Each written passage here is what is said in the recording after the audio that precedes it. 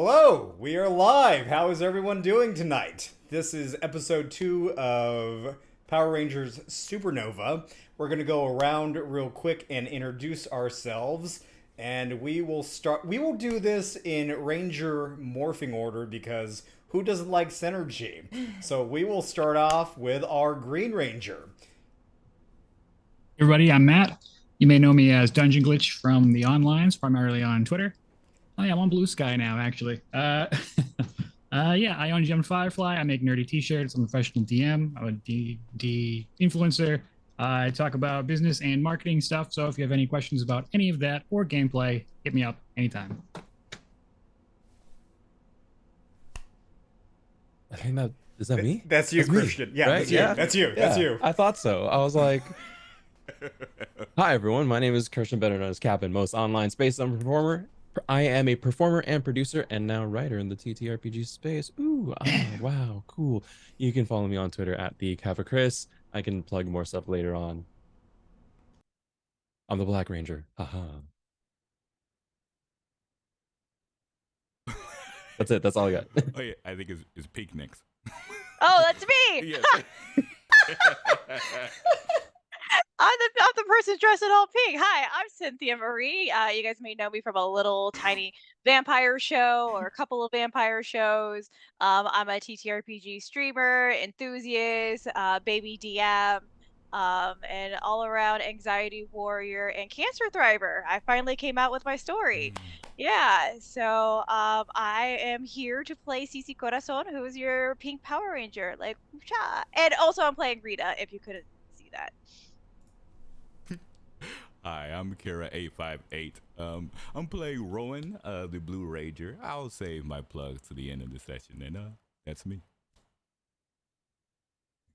Hello, everyone. I'm Utahime, your resident Yellow Ranger of the group, Nicole Freeman. I am a cosplayer, host, and TTRPG enthusiast.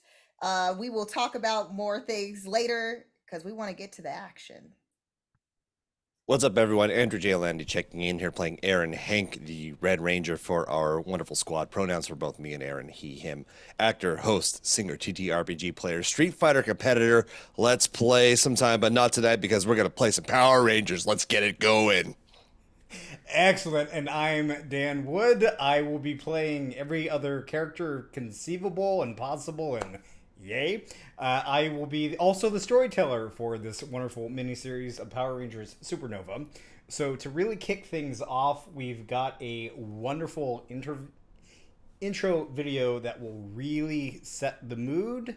I'm just looking for the button I need, so we are going to kick it over to that, and then we'll be right back. Here we go.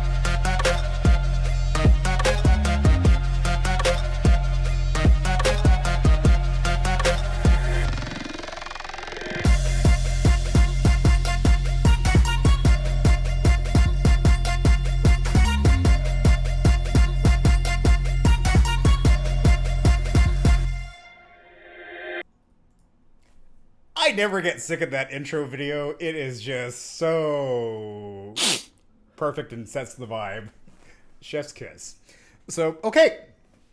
I am going to set the scene here a little bit by reading a fun little intro I partially put together. So, okay. Previously on Power Rangers Supernova, our brave team of Supernova Rangers discovered their extraordinary powers bestowed upon them by Zordon and Alpha 5. As they embraced their new roles as protectors of Earth, they faced their first formidable foes, Goldar, Scorpina, and Putties. In a battle that tested their mettle, the Supernova Rangers united their strength and fought them to a standstill, but their journey is far from over. Now as the sun sets on Angel Grove, a new challenge awaits our heroes. The Angel Grove Cultural Arts District hosts an enchanting evening of creativity, showcasing various forms of artistic expression. Little do our Rangers know this event will become the backdrop for a clash between good and evil, as Lord Zedd and Rita Repulsa hatch a sinister plan to seize control. As the night unfolds, the Supernova Rangers must harness their powers, summon their mighty Zords, and protect the city from looming darkness. The stage is set, the battle is about to begin. It's time for Power Rangers Supernova Episode 2, The Masterpiece Menace. So, one little fun thing we like to do at the beginning of our episode is have our players play the bad guys. Lord Zedd, Rita, Scorpina, Goldar, Finster, and Babu. Take it away. Curse you, insolent Power Rangers, and your dastardly! If I had anything more, if I had any hair, I'd be pulling it out of my head right now. Shut up, you said giving me a headache here. We need to actually have some real power. You are ridiculous, Lord Zedd. I have a better plan than you. I can't believe you would say you have a better plan than me. Well, if you have a better plan than me, why don't you try to smash and destroy these Power Rangers? Oh, I will. See, your stupid little Tengu warriors are terrible. I have a better plan for a better kind of bird. Finster! Yes, my queen. Make me an evil bird, something that's gonna take away the Power Rangers! An evil bird, of course. Oh, I'm bored. Can I just go down there and squash them like the ants that they are?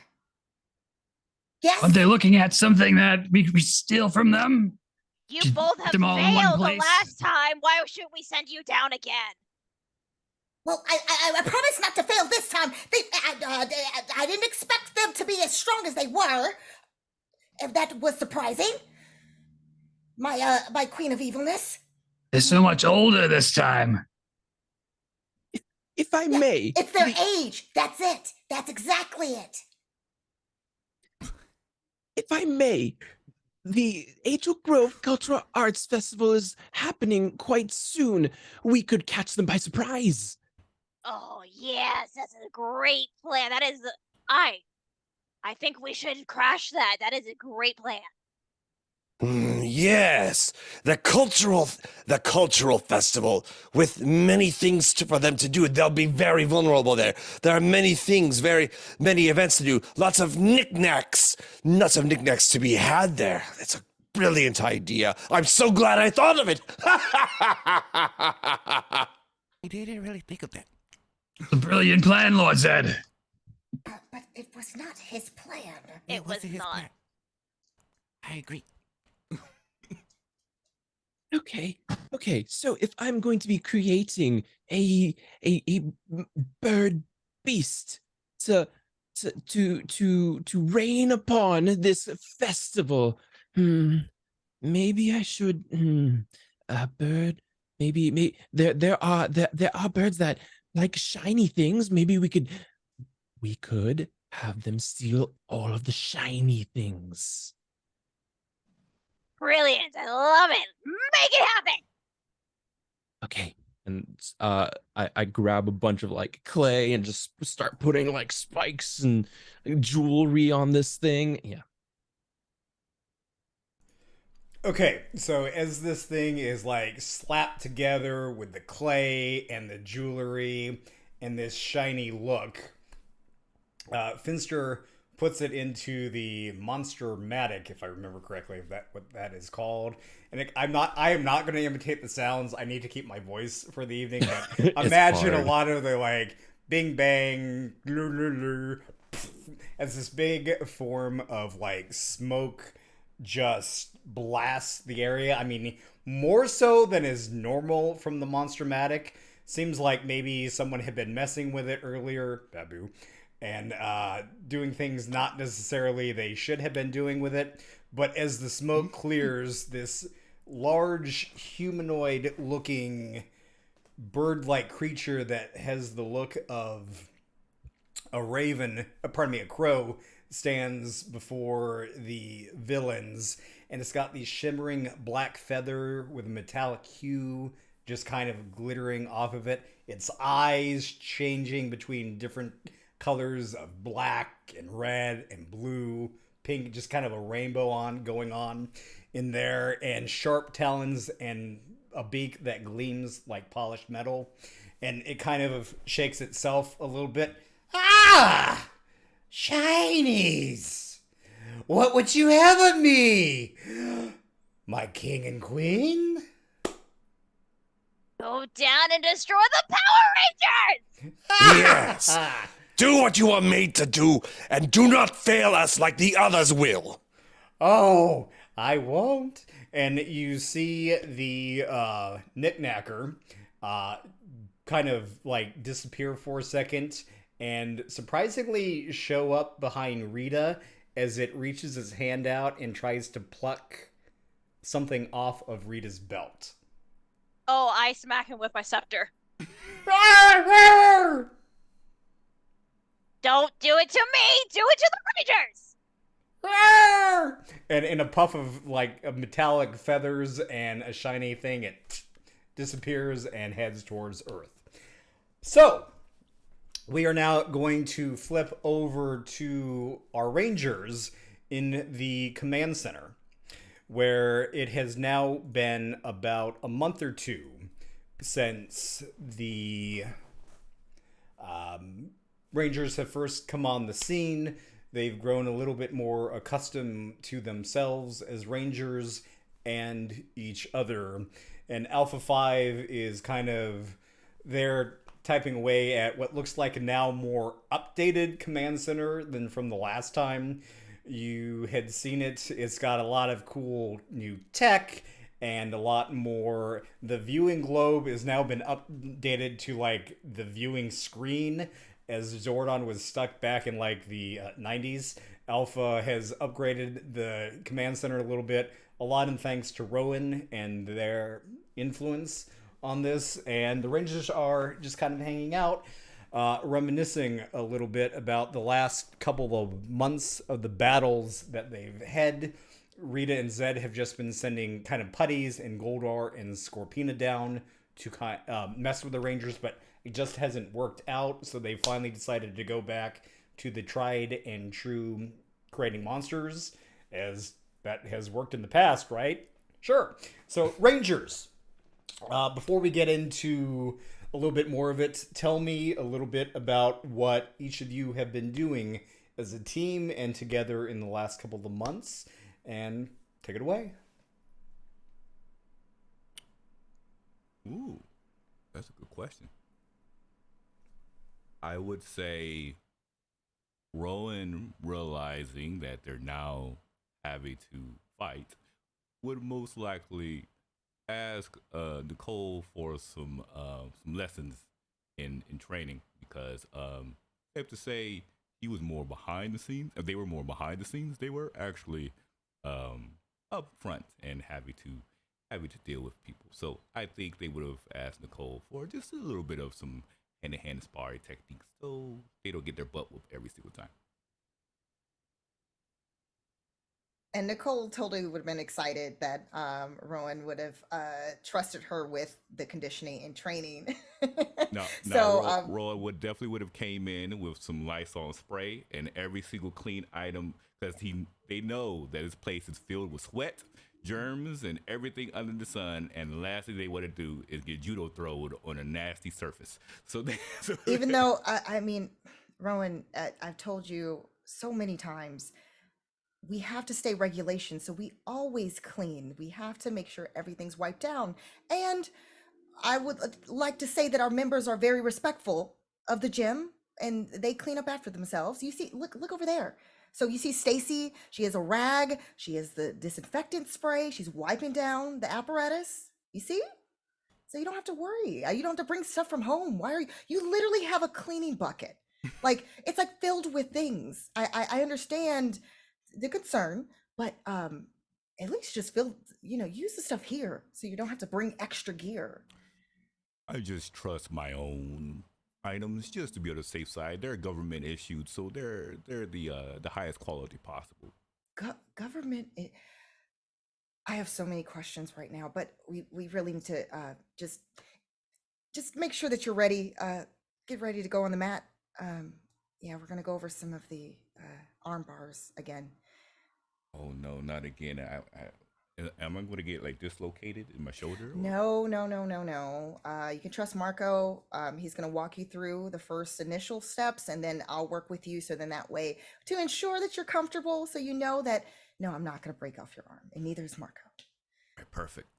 Thank you. I appreciate it. Okay, and they'll make their way inside the bathroom and just make sure that the bathroom is up to stuff. And then The locker room. Yeah.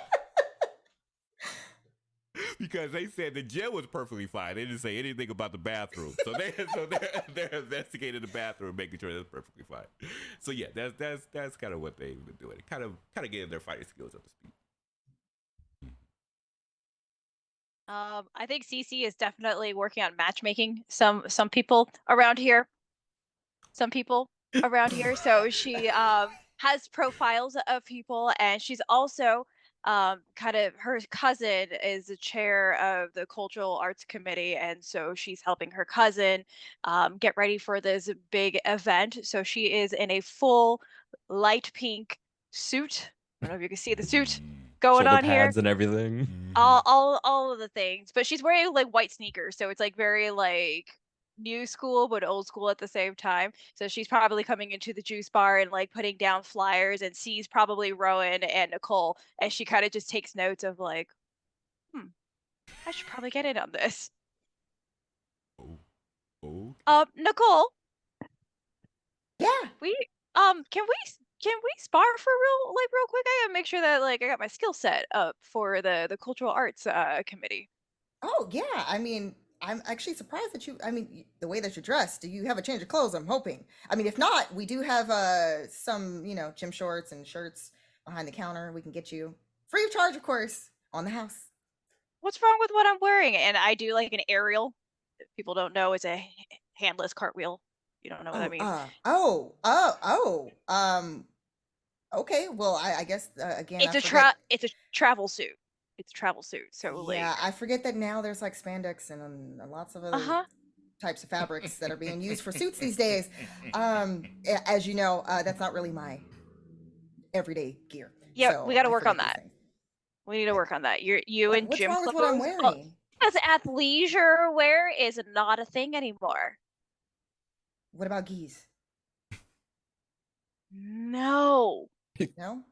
How am I going to get you hooked up with somebody if you're wearing this all the time? Hooked up? You mean like this? And then she's going to take Rowan and then put him. Go from like the tree position and put an arm bar, and then switch it to like a headlock. Wait, we never started yet. What is going on right now? Oh, I'm just you like this, right? I'm just making a point, CeCe, right now. Just play along. My acting skills is not the best. Okay, what do I need to do? Remember what Marco showed you as far as like getting out of this position. So I am going to be a cruel DM and actually make you roll your social skills on this. Yeah. Oh no, I lose a social skill. Oh no. Who's rolling? So who's it's rolling? going to, I got good. Yeah, it's going to be Nicole and Rowan against. They have to beat CeCe's. What is the stat? Oh gosh. It's her social stat. So and I get a snag on socials because I'm a small town girl. Yes, you do. So... Oh, this is fantastic. So, but I have high persuasion. So. Oh God. So, okay. So we can do this as a roll off. Cynthia, under your character sheet, what is your social skill defense? Defense? Yeah, it should be that you have that general number that's like a 6 or a 4 or something, and then there's like a higher number there. So I have cleverness underneath social. Is that correct? Yeah, what's your cleverness skill? 15. 15. So Nicole and Rowan will have to beat a 15 to get out of this situation. And we're doing Performance? deception or what are we Okay, rolling? so performance. This is a performance for sure. Okay. There is no deception here. That performing that I believe she's referring to sparring and not the other thing that I think she's talking about. Bingo. Fantastic. Yes, he indeed. So it's a D20 plus the extra. Yes, it's whatever, right? Yeah. D20, and because Nicole has a snag on this, they're going to be rolling with 2 D20, so it's like a disadvantage in Dungeons and Dragons. So Nicole will have to take the lower of the D20 plus that hurt my soul. Plus a D. If they're not skilled in it, it's just a straight up D20 roll with no bonuses. That's a 6 for me. How'd you do, Nicole? That was a 12. All right, cool. We'll get to this in a second. To answer a question in chat, we are using the Essence 20 system from Renegade Studios, and they've made it for various properties like Transformers, G.I. Joe, and Power Rangers. So we're all kind of learning the system as we play along. So, okay, back to the fun that we're going to have here. I didn't expect this to happen. Because you failed this roll miserably, CeCe sees right through your attempts to get around her trying to hook you up. Really? This? Ow. Oh, what? This is unbecoming. Unbecoming. All right, wait. I don't understand. I'm demonstrating, you said, getting hooked up. No, hooked not up in the that arm kind. bar and the... Not that kind. Don't be awkward about this. Okay, you let go of my arm now. Oh, yes. I'm sorry. Remember, tap out if you're starting to feel pain. Sorry. Yes. I'm gonna make Rowan roll to if they remember what. I'm kidding. I'm kidding. We're not gonna do that. I'm not that evil. I'll be good at remembering. I'll be great at. But Tap out. Does that mean log out? Anyway. Have we heard from the others lately? Have you guys heard from them? I know that Aaron's been really busy. I think that he had like a meet. There was like something going on at the school and with the kids. And I haven't seen the other two for a little bit. But then again, I've been busy preparing and trying to figure out what demonstrations we're going to do at the cultural festival, of course. Mm-hmm. And then also, too, what we're going to serve. Oh, my gosh. I really hope Steve ordered the proper amount of mangoes. And what you're going to wear. What? And what you're going to wear. Well, of course, I got to wear what I normally wear whenever I'm doing demonstrations, of course. Spandex? Which, I'm sorry? Spandex? Spandex, yes. All the spandex, comfortable clothing. Actually, usually for the demonstrations, like when we're doing the full-on, forms, like for our niece and karate, we usually wear the, either gis or more of the proper attire for, obviously, big show. Actually, I should ask Skye, because he's actually excellent at showcasing those forms. I should try to ask his help, but you should call him. Yes, it's true. Yeah. What time is it actually? So it is in about mid-afternoon. We'll say about 3-4 o'clock, and we're gonna flash over to the high school where Aaron Hank is running what type of sporting event? Out of curiosity, what month or what time of year are we? Because that really, yeah. We are going to be in, we'll say we are in February. So right now, Aaron is overseeing the football team, who is also a part of the track team, because they usually do dual duty as also part of their training. So he's observing his football teams as they basically run track, they run drills, they're running laps around some of them are running straight 100-meter dashes to get prepped up for that. They're running them over and over, while others, like the linemen, they're also doing things like shot put and discus, and he's just observing them, but he's like haphazardly, like half observing them, but also half remembering he's a Power Ranger now and tactics in battle, and it's like he's slightly distracted in what he's supposed to be doing, which is coaching the kids. And He's standing right by the long jump pit as one of his students goes and does the long jump, and Derrick gets all over him. Oh god! Hey, great technique. Go do it again. One more time. You got it, coach. He's running off. Right. Yeah. I haven't hit puberty yet. I'm so sorry for you. Oh gosh. What am I gonna do with these kids? These kids, Rangers kids. Oh my god, what is happening here? All right, everybody, come on in. Bring it in. Everybody. As I'm calling literally the entire, like, all the football players and all the track kids. All right, hey, listen up. This is one of your team drills. I need you all. It's gonna suck. You're gonna take laps, but hey, I'm not telling you to go full speed. Right now, you need to get used to moving. All of you moving together, but not moving just at a walking pace. I want you to keep moving. Go at your own pace, whether it is a fast sprint or a jog. No walking. I want to see the movement. All right, we good?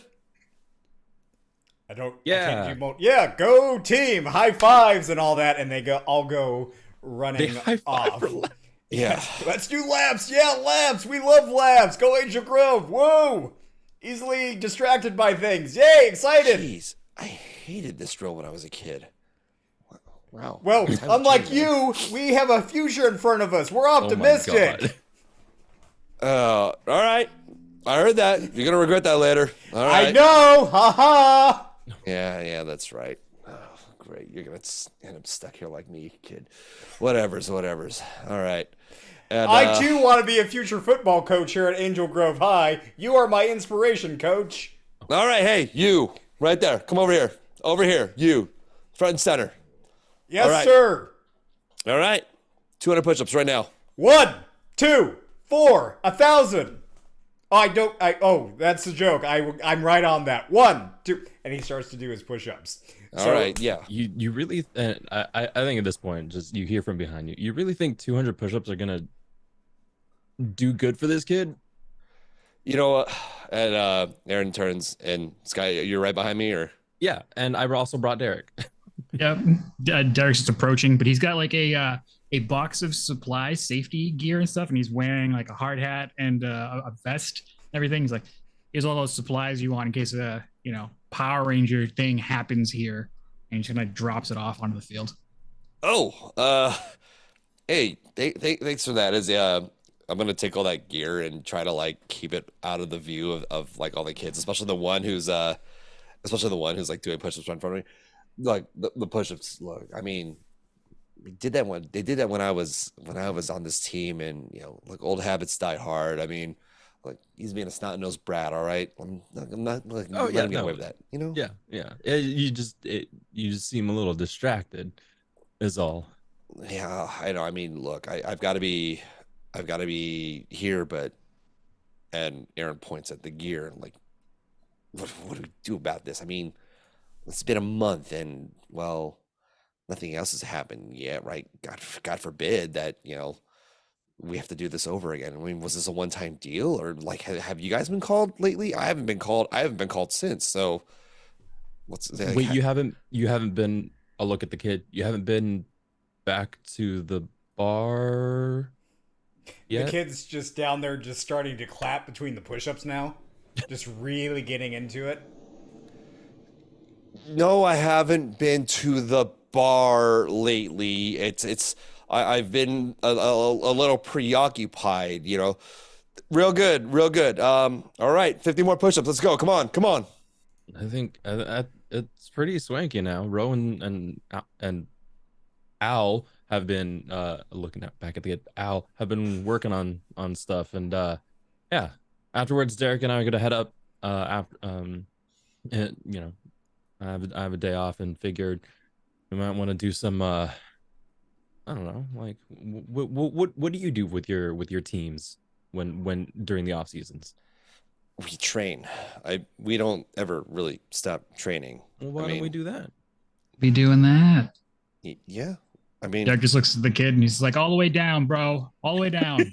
Yes, sir, Mr. Ink Coach Heron's friend, sir. And Aaron is just gonna hang his head like, God bless it, really? Well, you're the one who made me the quarterback, sir. Yeah, yeah, that's right. You and I we're watching film later, all right? We got it. Yeah, you're doing great, kid. That's fine. Cool. Listen, Are we gonna watch that one movie about Rudy where he really blew his knee out like you did, sir? for your information, boy, Rudy is an American treasure, okay? He got on the field for one play and made the greatest sack in history. This is why you're a quarterback, because you're never going to play defense like that, all right? You know what? No. Just keep doing push-ups. And Aaron's going to look this guy and Derrick, get me the hell out of here, please. Give me any goddamn excuse. You can't abandon the field, sir. We're still running, sir. All right, cool. Everybody good. Listen, go do your drills. You know what to do. Team captains, handle this. I am going to handle some business right now as Aaron picks up the gear and hurriedly ushers Skye and Derrick. Like, guys, like anything right now. We need to go to. We can't go to the bar. Shit, right? I'll look around. I mean, we could probably hit the locker rooms before any of them get in there and go to the bar. Anything else? Just get me the hell out of here, guys. Come on. All right, one more lap, and then I want you all in the showers. You're all filthy. And the one that's still doing push-ups, dirty as hell, sir. And how do you remember the name of the character Rudy, but not the name of the movie Rudy? Because I'm not very movie, knowledgeable in 10 more classics. push-ups. Aaron, I can't be doing your job for you. Let's go. I'm sorry. I'm distracted. Get me out of here. Let's go. Derrick looks back at the kid and he's just, hey, make sure you're good at running. Oh, absolutely. It's my favorite thing to do. And then we'll flash forward at the end of the episode. The kid's still running laps on the football field. Because he was not told to stop because he's really dedicated. So our crew goes off, and it's about been another month since this little interlude, and it's the day of the Cultural Arts Festival. It's about noon, and you all hear your watches start to vibrate a little bit. And you see this little... So for those that did not see the first episode, the Alpha 5 has basically made himself like a phone tree, for lack of a better description, to help the Rangers. So you all look down at your smart morphing watches, and you see the little chibi head of Alpha pop up, waving back and forth a little bit as it beeps. Rangers, report to the command center. Or, wait, new name. Report to the bar. Rangers, report to the bar. Shit. I don't have time for this. All right, good. There's my excuse. Let's get out of here. And Aaron immediately finds a way out. Just teleports out there. Yep. So you all get out of whatever day jobs you've got. You come up with very good excuses. I'm going to lunch, or PTO. I'm going to take the rest of the day off. I got some sick time. So I'm gonna off go buy you go. some kiwis. So many kiwis.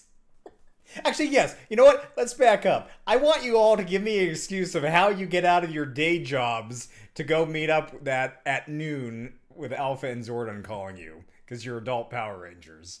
Let's start with, just for the fun of it, we'll start with Aaron. Aaron's going to go find the head, like Aaron's not the head coach of the team. He's an assistant coach. So he's going to find the head coach and let him, listen, I still got a little bit of PT to do on my leg. And I don't want to miss this appointment. Just let me go. And look, the kids are fine. They got this. The team captains know what they're doing. They'll be okay. All right. And then off you go to the bar. Rowan, how do you get out of your day job? Oh, Rowan is simple. Rowan works at home, and behind their 9 monitors and everything else as a white hat hacker. So when they realize the time is coming, they just initiate an AI sequence on their computer that simulates keystrokes and mouse appearances to make it seem like that they're working. And then when the AI is completely going off, he's like, all right, we're good. He takes off. All right. Nicole said kiwis, but I want to see how that conversation goes down with a very still much around Ernie. Well, because of the fact that obviously Ernie's juice bar is alive and well, that was something that Nicole definitely wanted to make sure that she brought life back into the gym by making sure that the juice bar in Ernie's honor was running properly, because the GM, former GM and manager Jerome, really, yeah, he was really messing things up and not really doing a good job because he was too worried about the police academy, which now he's gone. And he's doing that. Good for him.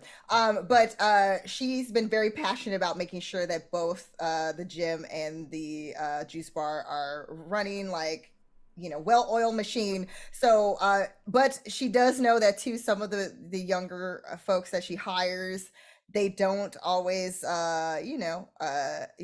double check the certain forms that they need to fill out as far as stock and inventory, and on occasion she can use that to her advantage when she needs to go and, in this instance, go to the farmer's market that's next, and look a couple streets down in order to basically get some fruit that is much needed, because it's to the farmer's market 2 towns we're over. lacking kiwis. It's gonna take you who loves kiwis? We all do. Yeah. Excellent. All right, CeCe, how do you get out of your day job? Oh, I definitely go to my cousin and I'm like, listen, I'm trying to put together a speed dating situation and I try to buy some roses and the roses haven't arrived. So I'm going to go to the farmer's market. I'm going to go get some pink roses if you don't mind. She's cool with that. Okay. Derrick, how do you get out of your day job? Derrick is self-employed and he has a small team of people, but he just jokes that he's a Power Ranger. So he just says, yeah, I'm gonna go do some Power Ranger-ish. Genius. Yeah, Power Ranger, totally. Yeah, sure, I'm out. I love the direct approach. And Skye. I think around this time is where the opening shift is about to start, and so it's just like, all right, you got opening, right? I'll be back in about, I don't know how long, but I'll be back for closing, and to my staff, and just dip. I don't need to give them an explanation. They trust me. Excellent. Okay. I trust them. Yeah.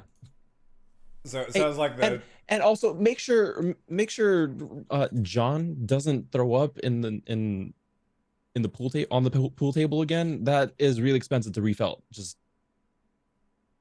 every month, just for some just.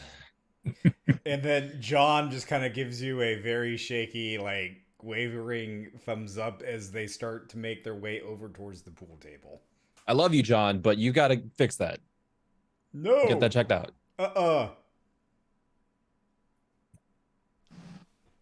Okay, so you all morph into the bar, otherwise now known as the command center. And you land there, it's been modernized and all that. It's, again, the day of the amazing cultural arts festival that will be taking place tonight, and then Alpha's there. Aye, Rangers, you came to the call pretty quickly this time. I applaud you. You're getting better at getting out of work.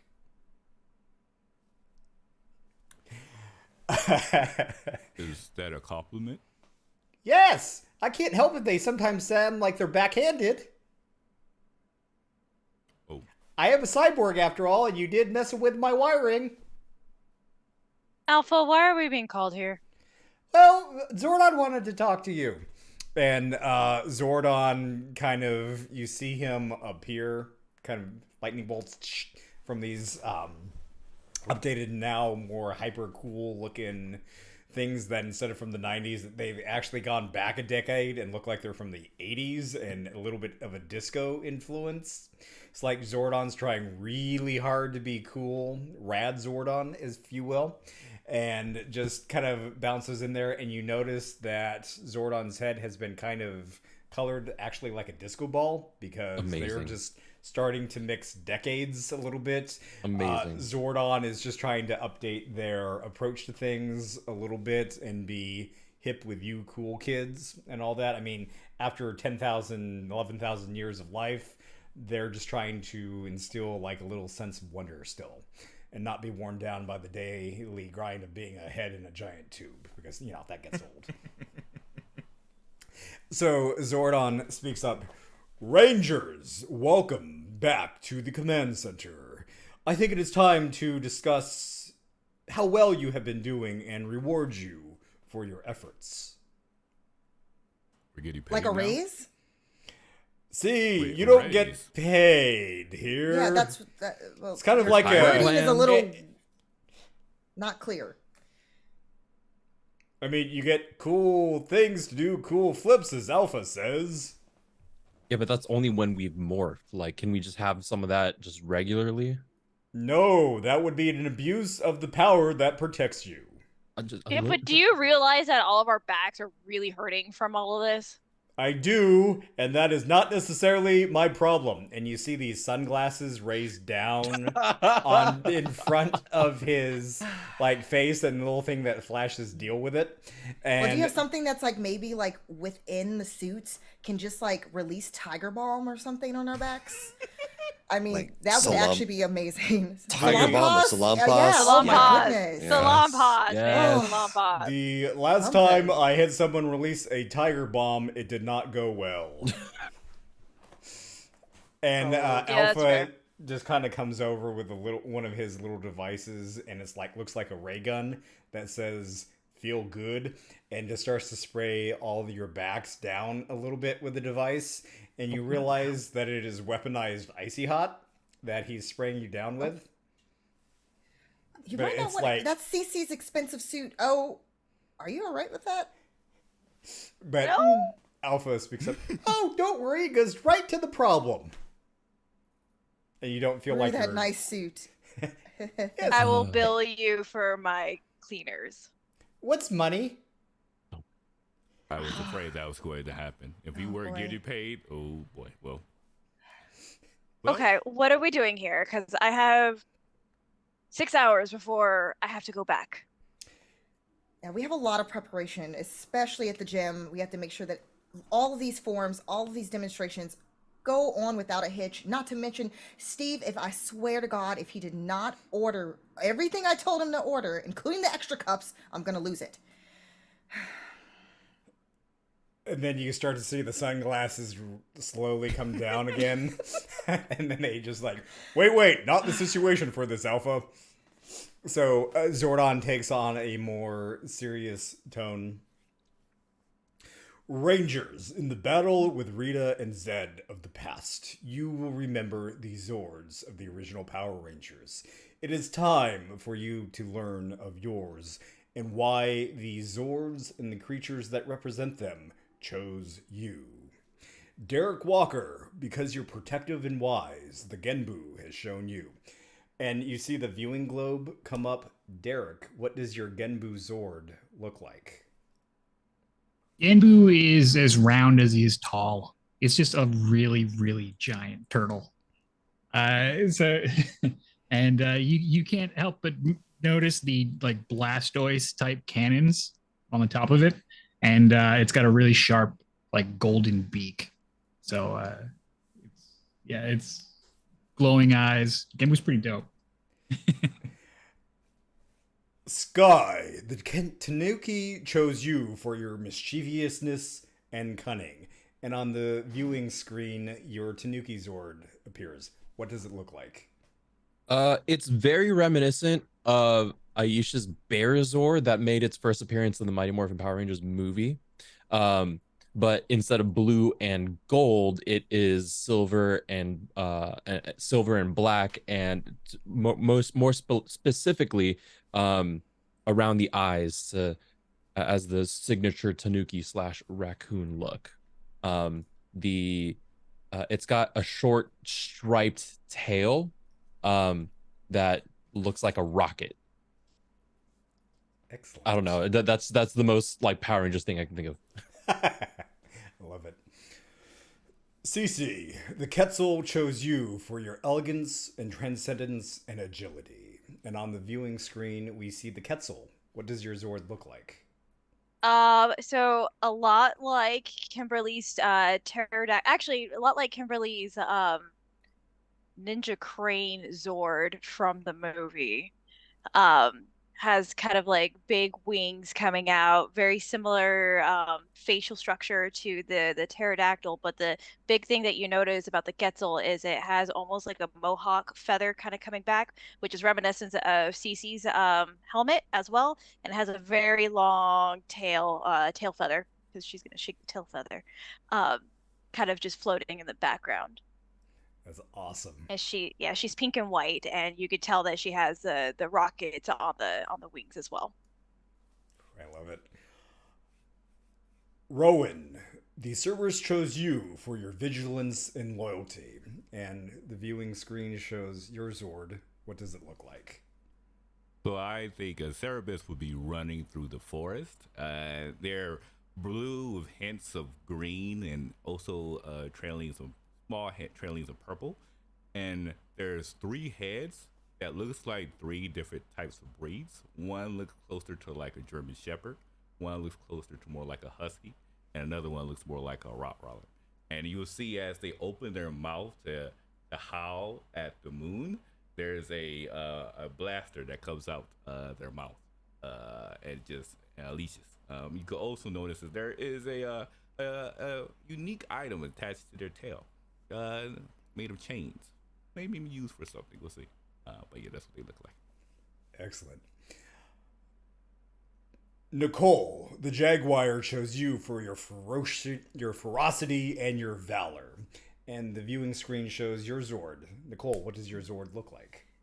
So anyone that's familiar with the like Power Rangers, like Jungle Fury, and like how with the cheetah and it being basically this like gigantic, like large metal, like it looks like a metal cat, but obviously with the Jaguar, that golden yellow color, and then on its different parts of its body has the like almost like the Jaguar spots, but those are just more of the mechanical features of the actual Zord itself, and that long mechanical tail as well, and of course its eyes have that like golden glow coming out of them from its head. So yeah, that's what it looks like.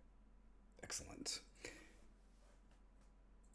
Aaron Hank, the Red Dragon chose you because of your power and sense of duty.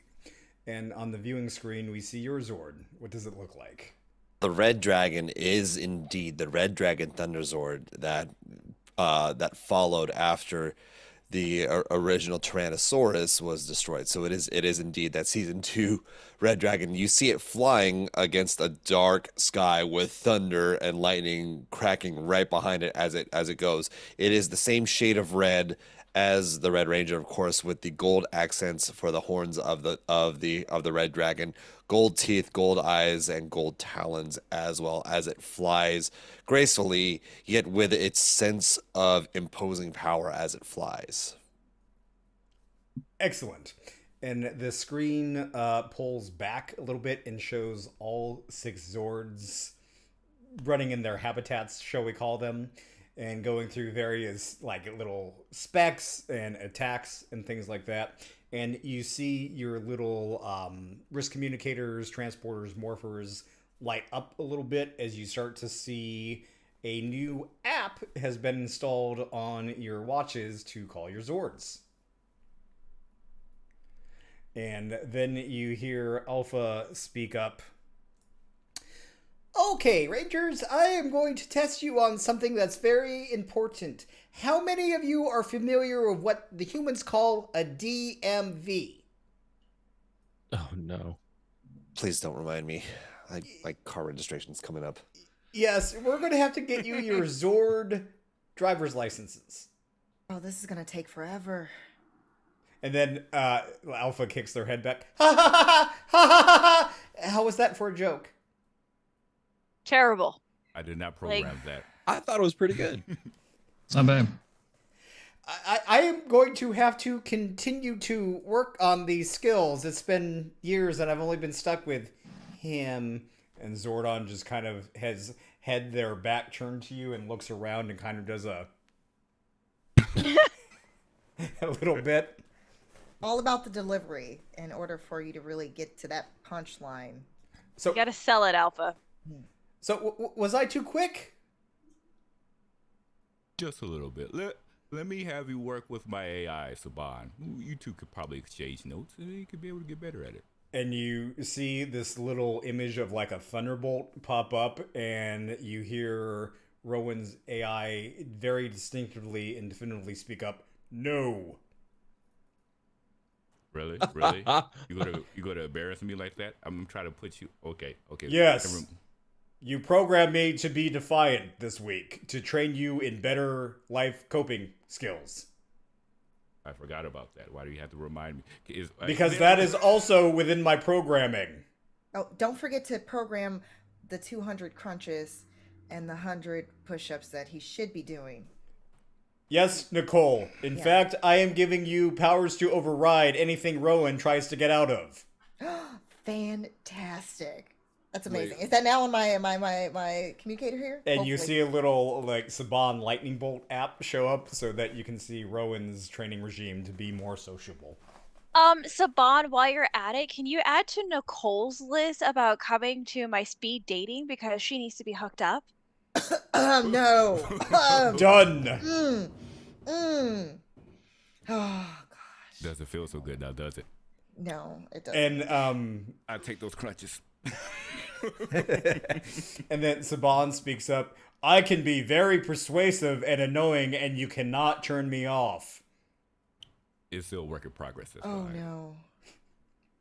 They're meant to help with, understanding, humanity. So sometimes I guess this is how humans act. I'm guessing. It's a bit of a turnoff. Oh, okay. I'm gonna have to work on this adjustment. Give me. I cannot be turned off. I'm only a turn on. That's actually really funny. I don't get it.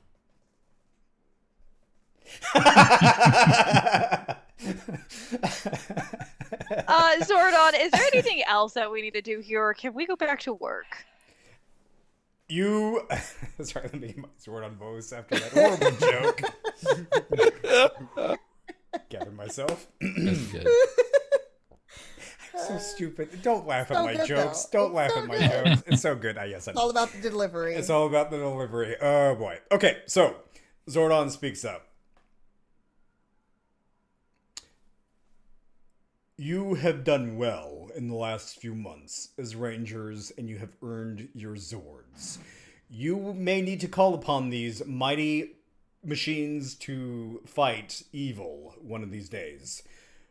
Lord Zedd and Rita Repulsa have been quiet for the last couple of weeks. Go enjoy your rest and be ready. Enjoy your cultural arts festival tonight and enjoy the time you have earned. And always remember, may the power protect you. And with that, you get to beam back down to your day jobs, and we are going to fast forward a little bit to the Cultural Arts Festival. However, before we do that and get to the real nitty-gritty and incredibly fun things that I have planned as a DM, they're all going to suffer. Or not. Who knows? We are going to take about 10 to 15 minute break. Our players are going to get a stretch. Audience, please get a stretch. We've got a second half that's going to be action-packed with some amazing things. So we'll be back in 10 to 15 minutes. And we will see you in just a few.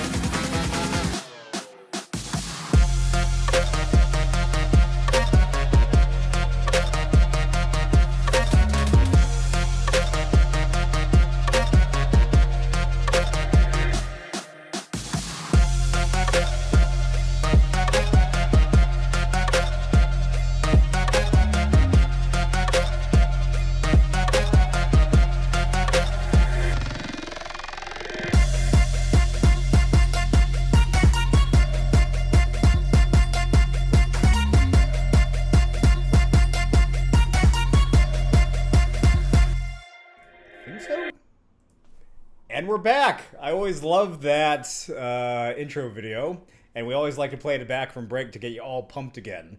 So to set the scene really quick, the Power Rangers kind of went through some growing pains and whatnot, and the Rangers have now gotten their Zords to battle for amazing things. Because, you know, as a storyteller, we gotta get to the Zord battles. Because that's what Power Rangers are all about, plus a whole bunch of other fun things. So, the Power Rangers have just been in the command center, and they have been sent off to go enjoy the Cultural Arts Festival. They get beamed back to their regular day jobs, kind of wrap up for the day. And we fast forward that the Rangers have actually started to decide that getting around town through teleportation is really, really handy. And for some reason, they all teleport at the end of their day jobs and end up at CeCe Corazon's speed dating emporium. But that's not what I'm going to call it. I'm going to let CeCe describe how the speed dating looks like here in a moment. But it's the big night of the Cultural Arts Festival. There is a lot of demonstrations throughout the Cultural Arts District of art and crafts and robot battles like Battle Bots and Kung Fu demonstrations, martial arts, dancing, you name it, it's going on. And each of our Rangers had a specific thing they were going to do. Aaron Hank is quite lucky because he was going to be helping out the principal. Let me look up his name. Ethan Baker run his Cheeto Amazingness booth at the Cultural Arts Festival, where you take Cheetos and build skyscrapers out of them and see how well they can balance a weight and all that. He just Are really these likes puffs his or Cheetos. the regular Cheetos? Oh, it's the puffs, and it's the flaming hot ones as well, because The little balls? Little balls, all I'm of getting it. cravings now. I can't do this to me. Every sort of Cheeto you can imagine as well is at this booth for construction. And I want a mango and I want a bag of Cheetos now. I'm like, you've done this to me. because yes, I create a powerful sense of emotion and taste and smell for you as a word picture. Anywho, now that we've gone down that rabbit hole, we're all getting Cheetos after this. We are. For those that don't know, last episode, Ethan Baker really established his love of Cheetos, and Aaron Hank has basically become their errand Hank to get their Cheetos. Yeah, I like that. Aaron Hank became errand Hank. We love the play of words there. Anywho, we are fast forwarded here to CeCe's dating scene. CeCe, describe what your speed dating setup looks like. Yeah, so CeCe is an aerial artist performer. So she has actual like silks coming down like in various different areas, and a lyra or a hoop as people would probably know it, up in the air. So she has aerial dancers kind of around the speed dating area, and there's a bunch of tables all like with light pink cloth and centerpieces with small rose flowers that she finally got from the farmer's market. And then there's pads of paper around, and there's probably just like a lot, probably more women than men showing up to this. And so CeCe is definitely going to be going over to Derrick, to Aaron, to Skye, and to Rowan and be like, "Hey, we're kind of short some people. Do you guys mind kind of joining in?" Aaron, you have no say so. You need to be in this.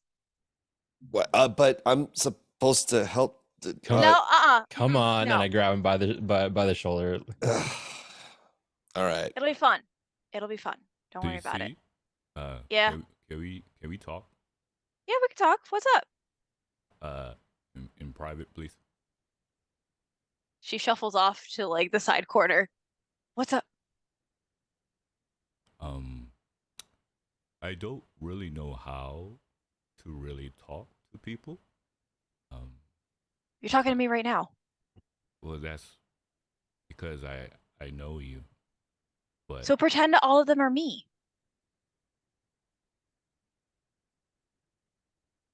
that's not true. And They're all then you different. hear Saban speak up.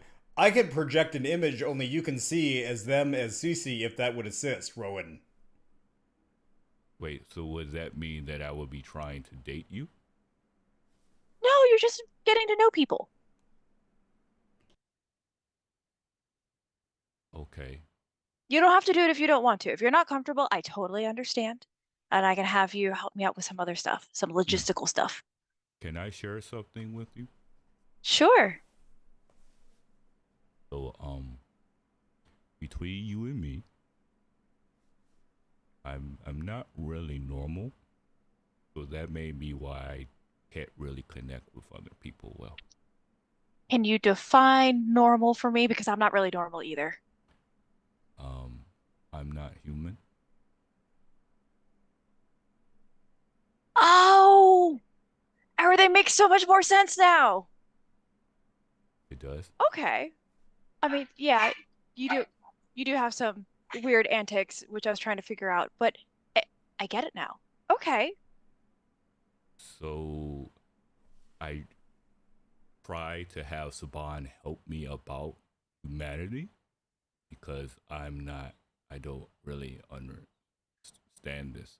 So I feel if I was to jump into this, I would be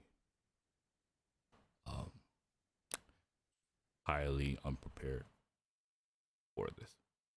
I think Because- Saban would be very prepared for this, but again, at your own comfort level, if you don't feel comfortable, it is totally okay, and we will figure out something else for you to do.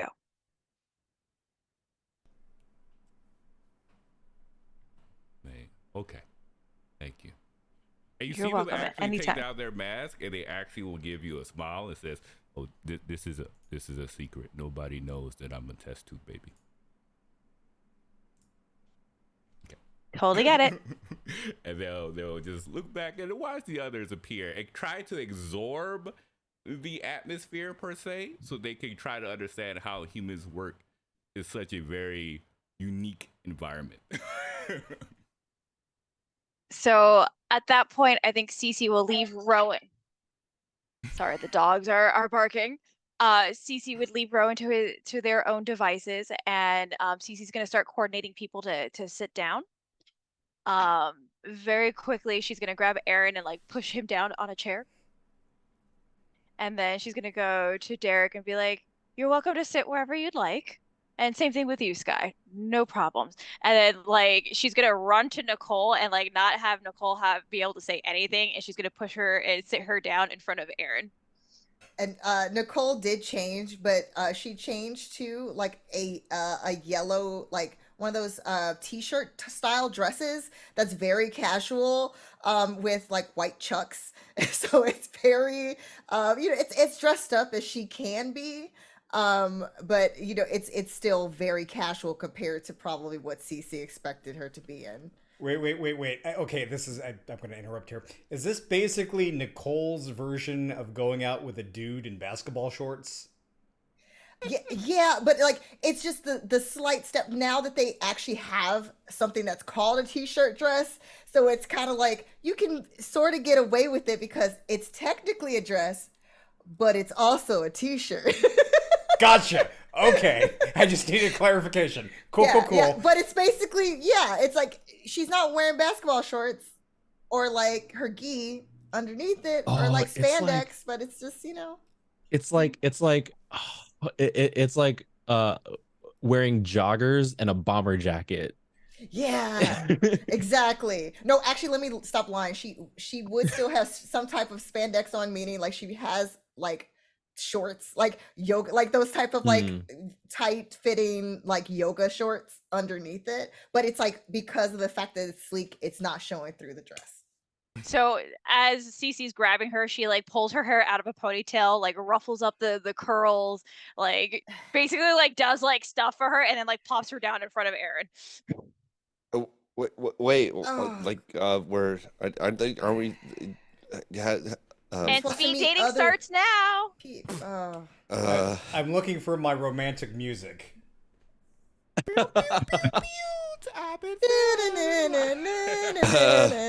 right, I've got some background music rolling in the background. Hopefully, it applies to the speed dating.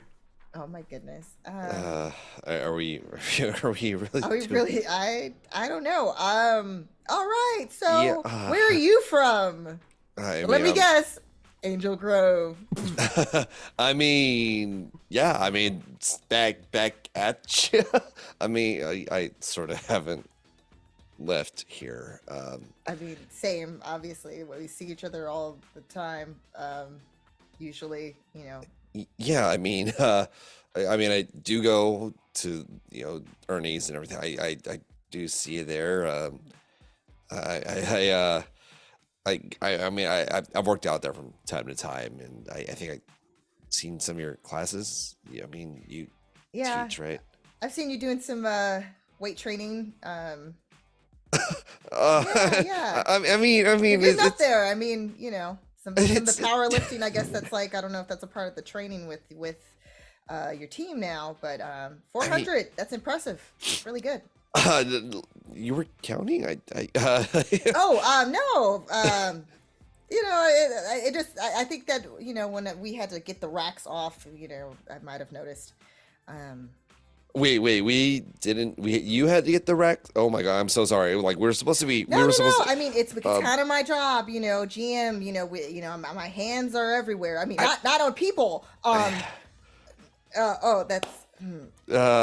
So how's everything else at Ernie's? Like It's been going well. We're getting especially after the cultural festival, I think we're gonna have a big boom in membership, which is much needed. So then that way we can I want to try to expand a whole section that was just like dedicated to gymnastics.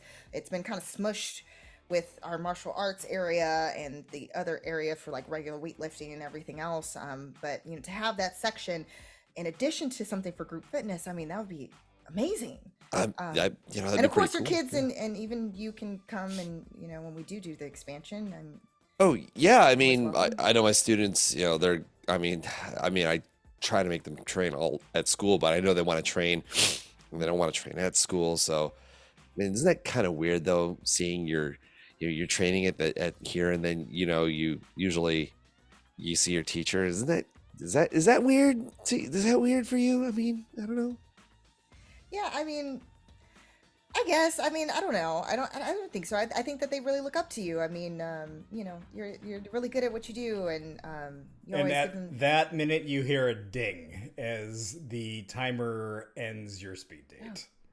Oh, okay. So, Which way are we moving? yeah, I think you're supposed to stay, and I'm supposed to move, or is it like the opposite way? Oh no, like, no, you both just stay here. Everybody else switch. Wait, what? What? And we see the rest of everyone get up and move around a little bit as Aaron and Nicole are basically encouraged very nicely but forcefully by our Pink Ranger to stay at the table that they are at. So everyone rotates, and Skye, this rather attractive looking woman sits down in front of you, and they kind of just tip their bow at you and motion expectantly. Yeah, and I'll shake hands and we introduce each other. And like in the middle of the conversation, I imagine some of the questions are like, who are you? Where are you from? All that stuff, you know. And then it's like, oh, yeah, no, I have one brother, half brother, and we figured this out recently. He's actually over there. Yeah, the one in the green. Oh, that's actually a really good question. Hey, I'll call over the crowd. Hey, Derrick, who's older? Is it me or you? I'm older by 7 months. So yes, I am the younger brother. And they just kind of nod, and Skye, do me a favor. Roll me, what would be the equivalent of a perception check here? Roll me a... Oh, it's alertness. Roll me an alertness skill. Alertness. Okay, let me just really quickly. It is not great. So the D20 and the D4. Where's my D4? There it is. 8. Okay, cool. Nothing seems out of the ordinary for you. You're just really enjoying this almost what seems like a one-sided conversation. Derrick, I don't notice. You are just Skye. I just invent really... question that she's asking me. Yeah, we'll come back to that. Okay. Timer goes off. There's another ding. Everyone gets up. There's kind of a shuffle. Aaron and Nicole are just still told to stay where they're at. Derrick, you're at a table, and there's kind of a hustle and bustle, and CeCe sits down in front of you. Hey. So yeah, somebody kind of stepped out, so I'm just sitting here. Sure. Hi. You get a good look at Derrick now. It's like since the last time you've seen him, apparently he's been training. And so if you can imagine kind of like a Henry Cavill Mission Impossible thing, that's pretty much what he's got. Stop. Great.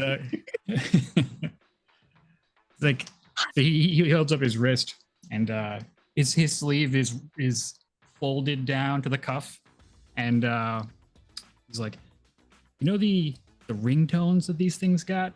You ever tried putting lyrics to it? I got like a fight something. I don't know. It's I don't do yeah, that's interesting. Okay.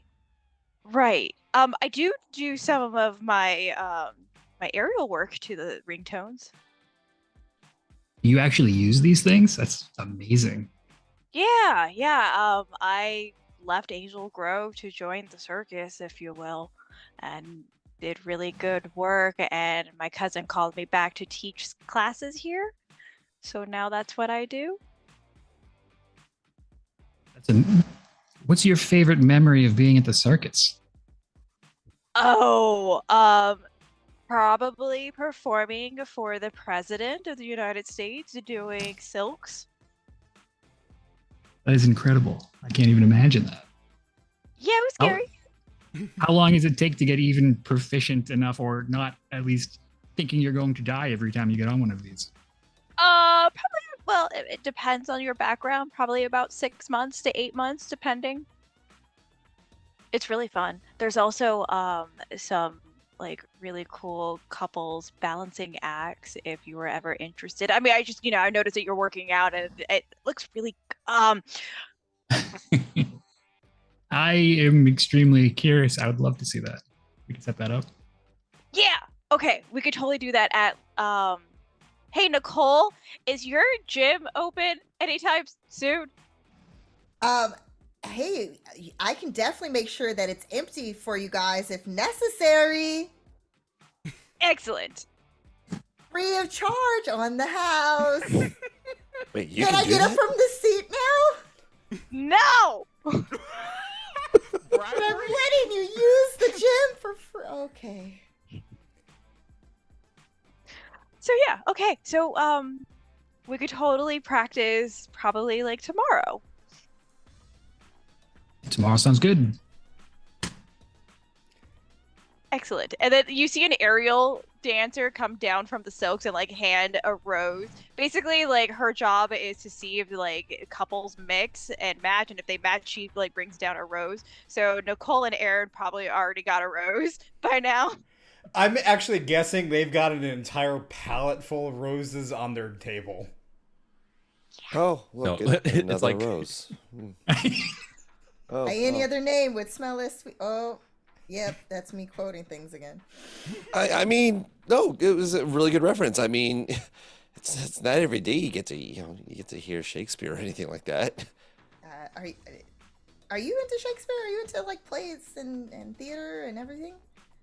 Okay, to be fair, like I did a monologue once from Richard II. It really helped with my like voice. I had to work on I had to really work on my voice, and the teacher, Mr.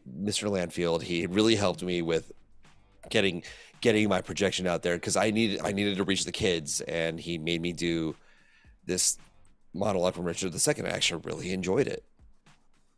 That's awesome. Well, I know that they have Macbeth playing at the theater. Wait, we're not supposed to say that name, right? So, as if that was a cue, Skye, you've been so into this conversation that they actually did not leave you, and then you hear a little blah, blah, blah, blah, blah, blah, as a punch comes from the woman that was sitting across from you. Okay. So how much do I take? unmorphed. What is your toughness? Unmorphed, my toughness is 12.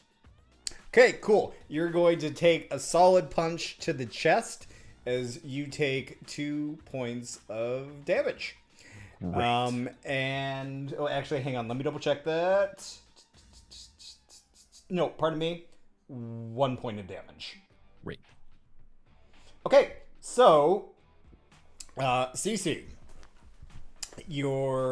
some of your dating participants kind of morph and mold a little bit into putties with Z's on their chests as they appear in the crowd a little bit, and this very much bird-like creature kind of appears with them out of thin air and just starts cawing.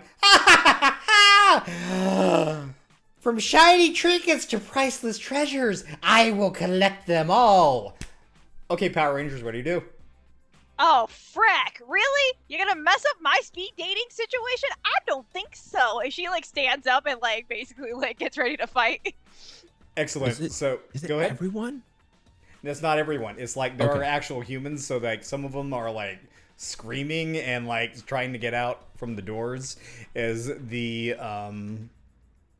thing. The putties and the knickknacker are there. It kind of screams, "Resistance is futile. Your shiny possessions will soon be mine." And it teleports over next to CeCe and reaches for her wrist communicator. Punch. Hell. Okay, okay, Derrick, go ahead and roll an attack on more Well, for talk me. about a bad date. 17. Ooh, okay. Let me just check a stat on the creature real quick. Bear with me. Do I add anything to a unmorphed bare knuckle punch? Yeah, it's an unport. So you got a 17? I rolled a 17. Ooh, you just hit it with a 17. So your punch. So unarmed, I'm gonna just assume that does what? 1 damage? No, actually, you know what? Let's roll for My this. fist. Your fist. Go ahead and we'll just say this is probably unarmed. Yeah. Are you skilled in martial arts or anything? I didn't. Let me see. That's. So we're just I gonna. don't have the okay, specialization. No. don't worry about. We're just gonna say Brawler. you just do 1 point of damage to this thing unmorphed as it gets hit. We're not gonna roll initiative yet. We're just gonna keep this free flowing a little bit. Okay, So, go ahead. I think when he throws the punch, CeCe actually grabs onto the silks that are behind her. Okay. And she basically lifts herself up enough that hopefully she's over the knickknacker's head, and she's gonna like basically wrap her legs around his head. Okay, this is going to be a athletics skill check, I would say. No, pardon me. Athletics or acrobatics, whatever you're better skilled in, or if you can make it Acro. acro. Okay.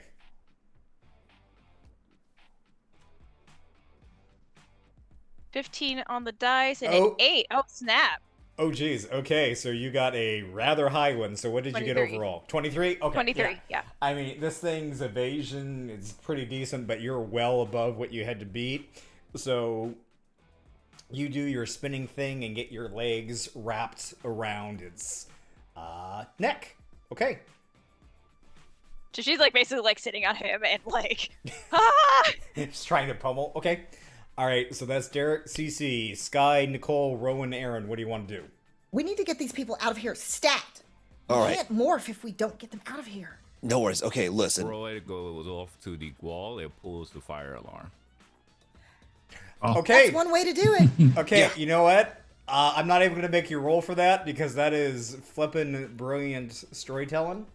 So Rowan goes over there, pulls the fire alarm, and the place just starts to clear out a little bit more as like fire door SX open. Sure, we're just gonna finagle this a little bit. So the area clears out a little bit. I will say it may be hard for Derrick and CeCe to morph because they are currently engaged. All right, so Rowan has done that. Nicole, Aaron, Skye, you can do a free action right now while all this chaos is going on. What do you want to do? So has everybody pretty much? We'll just say they've kind of cleared they out. scattered. Yeah, the putties are kind of as they're trying to get them a little bit, but I'd say you're probably. Yeah. Okay, so she's gonna turn, and if she sees CeCe on the silks, with her arms wrapped around, she's gonna be like, "Hold on, girl, I'm coming at you!" And then she's gonna run and do basically a flying kick to this thing's chest in order to basically get it out of dodge and further away from us so we can morph. So like kind of knock it back. Yes. Okay, this will probably be a. You're basically doing a spinning flip kick into it or a bolt into it. So I'm running, and then basically if the like the kind of like the Bruce Lee kick, Yeah, where it's like out to the side, like it's like just like straight to the chest. I got you. Okay, move it so back. we will do that. That will be a straight up. So it's like a extended flying side kick. pretty Yeah, this is I'm gonna say would be like a martial arts role if you're proficient in that, or if you've I got something am. else you can argue. Okay. So that will be D20 plus however you're skilled in it. So that could be D2, D4, D8. much. Yes. Side okay, note, CeCe would disengage, let go with her legs, and hike herself up on the silks as she sees that flying kick happen. Yeah, it's like I feel like at this point they know how like the signs to like, okay, this is that we're gonna be doing this tag team. Let's go. Yeah. Okay, let's see here. Okay. Okay. So that is an 18 to hit. Yeah, that will do it. Alrighty. And I believe I want to say that's is that just one for Yeah, I'd just say it's gonna be probably one for your That's kick because fine. there's nothing really attached to it. yeah, so as long as like it basically just trying to basically push this Yeah, thing so out it of the way while kind of- CeCe's holding onto the cuz I'm pretty sure she probably like then hoisted herself up after the kick. Yeah, so as you Bruce Lee kick this thing in the chest, it kind of goes back a little bit, and as it does, it caws, "Arr!" and it flaps its wings a little bit as this like powerful gust of wind comes out that seems to be imbibed with this like glittering particles that kind of knock you all backwards a little bit. I'm gonna need you all to give me a, let's see here, how would I do a stability check? Actually, you know what, this is gonna be just straight up against your evasion. All of us? I imagine CeCe's safe, right?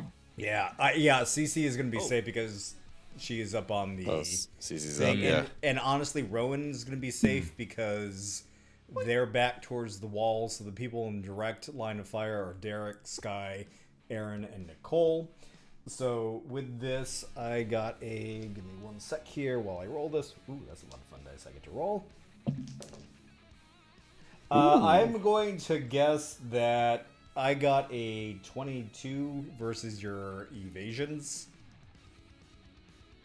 Okay, Yeah. so basically what happens is these glittering particles come out as the creature blasts you with its glittering gust attack, and you get blinded a little bit as you get knocked down, so you are all knocked prone except for CeCe and Rowan. So now, at this point, we're going to roll initiative.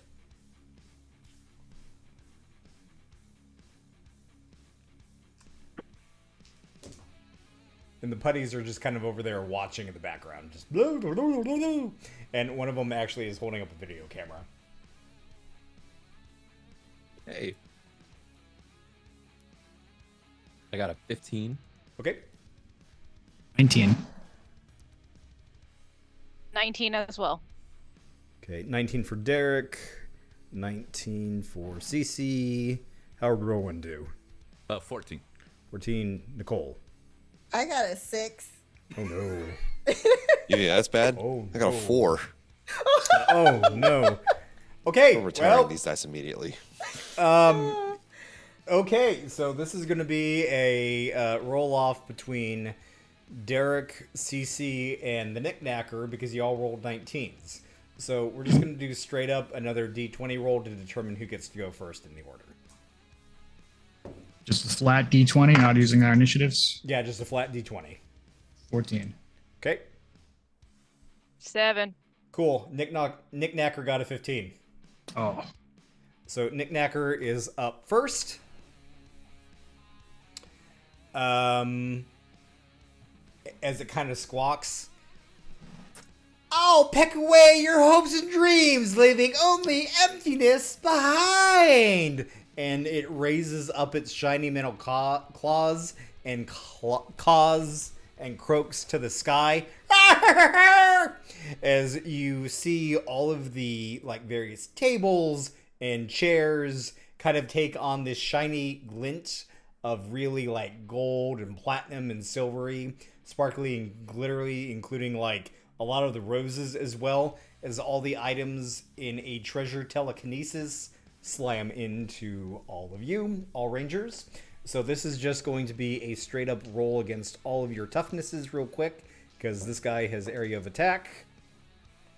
That's going to be a miss, that's going to be a miss. That is going to be a hit, and that is going to be a hit. Okay, so let me roll damage real quick on this. All right, so Nicole, you are going to end up taking 2 points of bludgeoning damage from a whole bunch of roses just slamming into you. And then Derrick, you are going to end up taking 2 points of damage as well, as like the table you were at just full on slams you right in the face. And the rest of you manage to like hold on and whatever. So I will allow this. If one of you is able to morph on your turn, you can all morph. I'm just going to make that a house rule. Cool. And if you decide to do that, then Aaron and Hank can initiate the morph order. Okay, Knickknacker has gone. Damage has been done. Actually, Derrick, you are up. So you make it sound like it's difficult to morph. Can I not just grab it and just... No, you absolutely can. It's just because we're in combat. Sure. That's why. Okay. Yeah, so I'm throwing this table off me, and I got that thing in my pocket, so... I'm just gonna... Aaron, let's do it. Yeah. I see Derrick motion for it, and Aaron does the whole, it's go time. It's morphin time. Supernova, ignite! Kenbu! Tanuki! Getzel! Cerebus. Jaguar! Red Dragon! Excellent. And as they morph, shiny colors, we are now on our pretty morphin screen. Ooh. Derrick, I'm just going to keep this as a free action So let me paint the scene. Actually, let's go around again real quick. Derrick, what does your Power Ranger armor look like? It's a typical old school Generation 1 Ranger suit, but it's green. Except this, well, his helmet too is turtle eyes, I guess. So it's got kind of like the beak and the eyes. And but now, since he's been training with it, he just kind of like claps his chest, and that Green Ranger vest, it just materializes. And since it's got a little bit of a turtle touch to it, the shoulder pads look a little more like the Dragon Ball Z Saiyan shells, and it's like upgrade. Nice. Skye, what does your armor look like? It looks just like the Gen 1 stuff, but instead of like diamonds and stuff, it's closer to like stripes. The helmet has triangle ears, like just to, and the mask itself is reminiscent of a raccoon-esque type situation. Same. Excellent. Okay. And CeCe, what does your armor look like? So again, Gen 1 Pink Ranger situation. Her helmet actually has a mohawk going back, which is very reminiscent of the Quetzal. And the feathers kind of come into the visor like that, so you kind of see like the Quetzal like in her helmet. And Gen 1 kind of like the spandex looking, except for Utahime, back me up on this because I think you and I would probably have something similar. It's kind of like a corset look. Like it's not actually corseted, but it has like that like defined look, so you can see kind of the hourglass shape. And CeCe does have the skirt, because she's that kind of ranger. Yes. But it looks a little bit more armored than just regular spandex, but it's also kind of spandexy looking. Excellent. Rowan, what does your armor look like? So a Rowan armor, taking on the form of one of the heads, actually has the pointing ears of the husky that kind of sticks up on the helmet. It's blue with layers of mostly like that royal blue coloring, but there's also little lines, almost like similar to like Tron, of like light blue around the armor itself. It kind of encases around the clothing. The suit itself is, I would say, like, is a hybrid between spandex and armorish per se. And yeah, that's pretty much what it looks like. Excellent. And then Nicole, what does yours look like? Very similar to what CeCe was describing as far as the Gen 1, but still that feminine cut. But her difference is that she does not have the skirt, but it's form fitting, so it's basically like you could tell that obviously like it's made to fit a female fighter's body. And of course, as far as the head, it's more like that of a jaguar. The wiring in the helmet itself kind of imitating the jaguar spots as well. Excellent. And then Aaron Hank, what does your armor look like? I realize I'm about to retcon what I said last episode, so we're going to actually do this proper. The helmet for Aaron's Red Ranger is a cross between the Zeo Red Ranger, which has the star, but it'll have some of the adornments of a red dragon on it to match that he's the red. His Zord is the red dragon, and the body of it is going to be a mix between the Megaforce / Gokaiger, which is like the pirate style jacket, but So cool. the shoulders of it are going to look like the Omega Red Ranger Jason Lee Scott's, where it's adorned like that. It's sort of red shoulder, so it's not like shoulder pauldrons, but it's got like the kind of looks like armor. So it's kind of like a hybrid of that, and then of course the red pants. Yeah. Excellent. And I will say that the morphing grid will morph and change your suits to your style, so it can look different every single time you morph if you so choose. It is that responsive to your wills, as it were, to an extent. I'm looking at you, Derrick. So, you've all morphed, and then the knickknacker looks like a little, like, gets this shiny little look in their eyes. Ah, you're morphers. Your shiny little powers. They'll be mine! Squawk! And we see a... Oh, actually, yeah, we'll do that. We will do that. So it kind of raises its feathered wings in front of its face and then flips them down as this gust of wind blasts all of you again and somehow conveniently teleports you all to the Angel Grove Quarry outside of town. Awesome. And it squawks, "This is where I shall bury you and start my treasure hoard, Rangers." And we flash to Lord Zedd and Rita Repulsa in their moon base, going about their eviliness.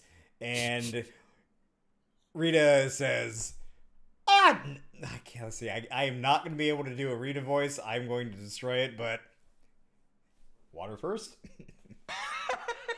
Good point. Dan, do you want to type it to me? I'll say it. Oh, you know what Rita says. Oh man, of course I'm gonna forget now. What does she say? Make my magic oh, wand. Make a monster grow! And she throws down her scepter. And we see the scepter go flying through the air to land in the ground and ignite it. But Lord Zedd also is going to throw down his little thing. Your scepter is not enough to make this thing grow. As you see Lord Zedd, knick-knack, grow, as he throws the bomb. So as the bomb lands, Knickknacker grabs it and pops the top just as the scepter hits the ground, and the magical energies kind of explode upward as the Knickknacker grows 3, 4, 5 times in size and looks down at the Rangers. I'm going to wear you as a necklace together, as it starts to reach down to all of you. Big bird. So, well, you know what we're all here for. You know what I want, Rangers. You know, all right, so do we have to make, if he's reaching down, do we have to dodge first? Just making sure. Oh, no. We're just totally cinematic right now. All right. Yeah. All right, so Aaron's going to look up as Red Ranger. Well, I've had about enough of you, Knickknacker. All right, everyone. You know where we are. It's time. Let's bring them out. It's Zord time. What do you say? Let's do it. I'm ready. Let's go. Two can play Yeah. at that game. Haha, get it? Two can. Okay, all right, let's go. What? That's good. All right, so let's do it then. Let's do it then. All right then. Red Dragon Zord, Supernova power, ignite! So, here's how we're going to do this. Yeah. Because I'm a sucker for Zord sequences. We are going to do this in kind of like, I'll call on the Ranger color and you describe how your Zord appears. So, Aaron, start us out as the Red Ranger. So the Red Dragon Thunder Zord comes, you see it kind of just zoom out of the quarry and sort of fly around as if it's establishing its dominion in range. And you see that there is lightning. Like, is it a bright sunny day right now? For atmospheric purposes, it is a dark and well, it's a little bit cloudy. No, actually, it's nighttime at this point-ish. Oh, it is nighttime. Perfect. Lightning and thunder are striking for no absolute reason. There's not a cloud in the sky. But you know what? There's the Red Dragon Thunder Zord, and it's making lightning and thunder hit, and it's flying. Excellent. Okay, then I think what is the next one in order? We're just going to do this however I decide. We will jump over to Skye. How does your Zord show up? It cuts to like a peaceful, like forest covered mountain, and it's like mist, and as the camera flies in over the mountains into the valley, you see the Tanuki Zord looking up at the sky, and will ball up and then start rolling and then launch itself over the mountain into wherever it's gonna go. That's the cutscene that plays every time we see the Tanuki Zord. Excellent. Then let us jump over to our Blue Ranger. So Cerebus actually is kind of similar in the forest location. You see them running through the forest, and suddenly birds just start to fly out from the trees as the Zord dashes through the forest. And how they appear is they kind of run out and then circle around Rowan, and then almost like a guard dog that's like, stay away from my master. That is kind of like how they appear. Excellent. Yellow Ranger, how does yours show up? So it's almost like the Jaguar Zord is going through like almost like it looks like a really deserted desert area, and then it's kind of like in that flash of like just yellow streak light. It then is like going up, like, so it's basically getting the high ground, going upwards amongst the trees, and then leaping down to get into position with the rest of the group. Excellent. CeCe, how does yours show up? So mine comes from the jungle. You may or may not see some indigenous kind of background area, but mostly completely jungle. And you see the Quetzal basically come out from the trees, and you hear like a whistling sound, because that's what a Quetzal sounds like. And you just see it taking off in a pink lightning kind of flash, and it kind of like starts to dive down into the area where everybody's at, and kind of like it's hovering over the red dragon. So she could fly a little bit higher, but like she's kind of like keeping pace with the red dragon. Excellent. And Green Ranger, how does Genbu show up? So imagine like a serene kind of ocean with like the waves, little windswept, and then suddenly just kind of just breaks the waves, and you see it shifting as it's coming online, and the turtle head pops up, the turtle shell, and part of it just kind of like opens, and the two giant barrels of the guns come up, and it just starts driving as if on top of the water, and we'll arrive at the battle scene eventually. Top speed of 2 miles an hour, but man, does it have firepower. Okay, because I'm a real stickler for all this. What are your sign-on signs? Like, sometimes when they're fighting a monster, it's like, ready to go. So I need to hear this from all of you as you jump into your Zords. So we will start with Aaron Hank, and we'll go red, blue, yellow, pink, black, green. All right. Aaron, as a Red Ranger, jumps in because the Rangers all like They jump all up to the. they have to. Yeah, so we jump into our Zords, and Aaron lands in the seat. Red Dragon, ready to engage. The Blue Ranger leaps into Cerebus and he sits down and says, Blue Ranger, it's go time. I think the Pink Ranger jumps up next, highest jump ever. And she lands and goes, "Oh my god, you guys, it has a stereo."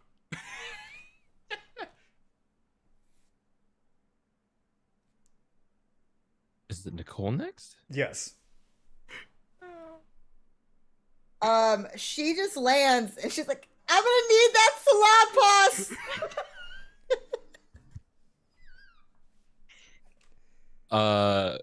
Skye gets in and grabs the console and goes, "You're gonna pay for ruining date night."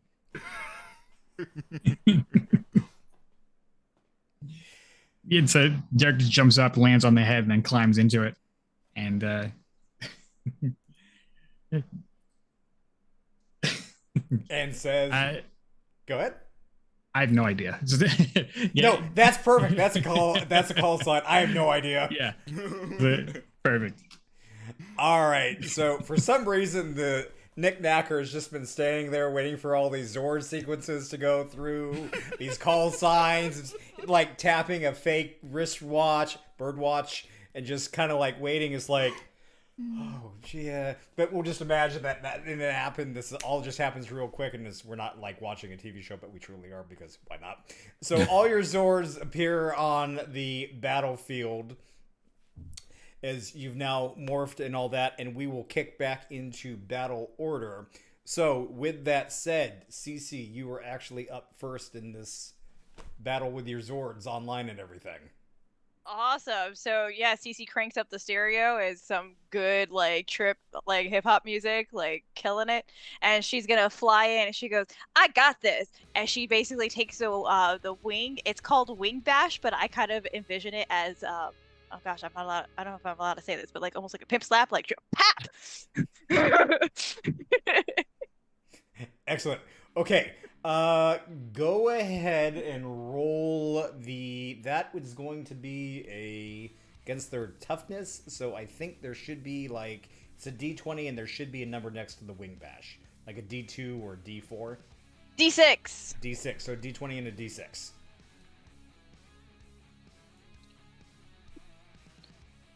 Uh, 16. Actually, yeah. I get to look at the stats for grown now that it's not in its normal size. So you said 16? Yes. Not gonna do it. That misses. So she like totally whips it like over the head. Yeah.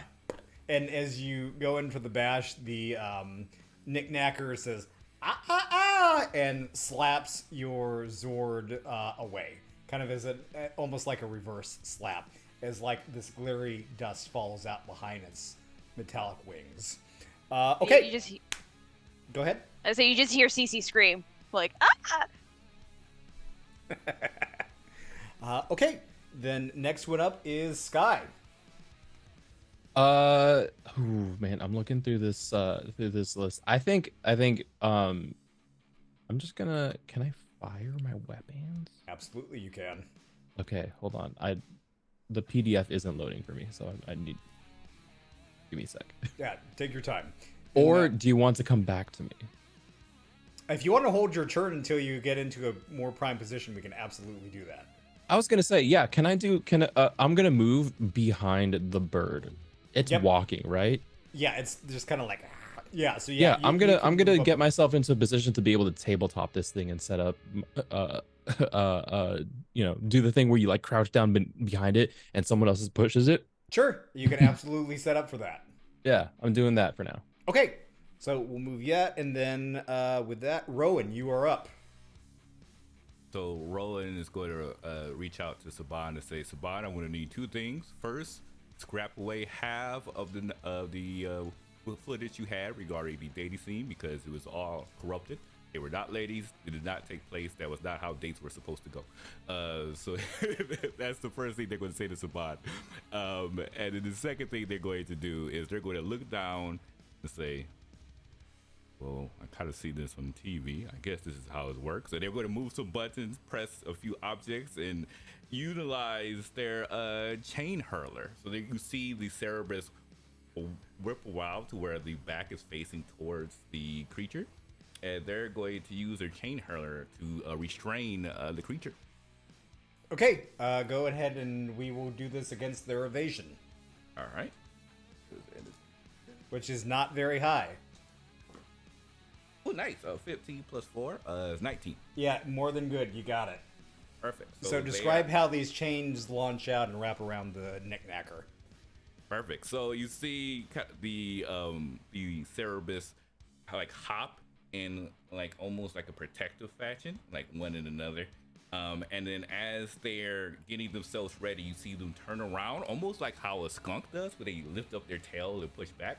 But instead of the tail spraying out some nasty, stanky smell, yeah, a chain actually gets yoinked out from the tail and wraps around the creature and keeps them restrained to where they're not able to move. Okay, so as these chains go around it, it causes, "Arr! Shiny chains! Mine!" As it wraps its hands, actually talon claws around the chains. We'll come back to that. Okay, then Nicole, it is now your turn. It's time to whip this Jag back and forth. And then she's going to basically have where her Jaguar's tail kind of does this wind up to basically snap, like kind of like to like turn its body, and it's basically targeting the tail to kind of slash a golden beam of energy across this thing's center mass. So she's doing her the tail laser attack. Okay, excellent. So we will say because it is restrained, you are going to get edge on this roll for it. Okay. So that will be 2d20 plus the dice that you're skilled in for that. And you'll take the higher result of the d20. Okay.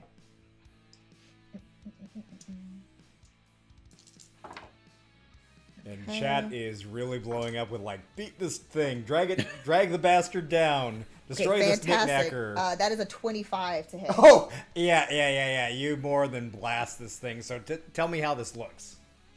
So kind of like what I described as far as like basically like after the Jaguar Zord jumps into place and does that run, it kind of slides on its paws and whips that tail around to basically shoot out this yellow energy beam that goes kind of like slicing across its center mass. So as this beam comes slicing down across the center mass, there's like this huge explosion of energy as feathers get blasted off of this thing, and they kind of just clunk and sink into the ground, kind of like imagine as if you like threw like a spade or a small little shovel or even a weeder down into the ground and just kind of sticks into the sand of the quarry that you're in a little bit and just sits there. Okay, so that's just an indication that you've heard it pretty good.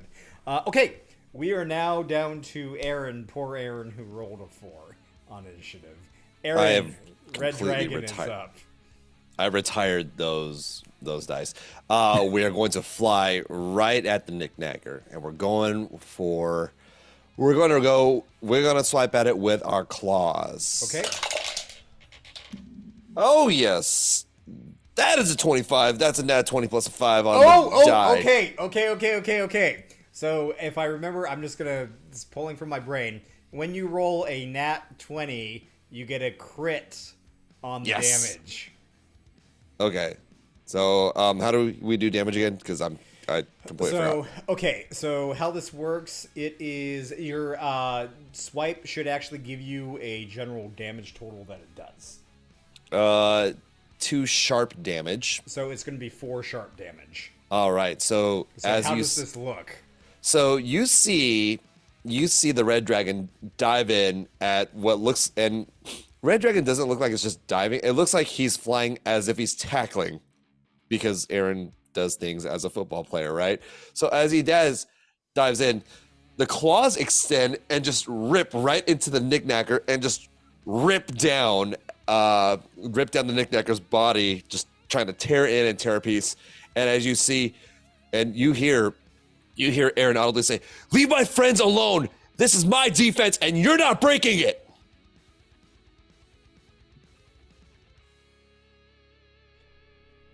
Helps if I actually had my mic turned on. I love what you just did.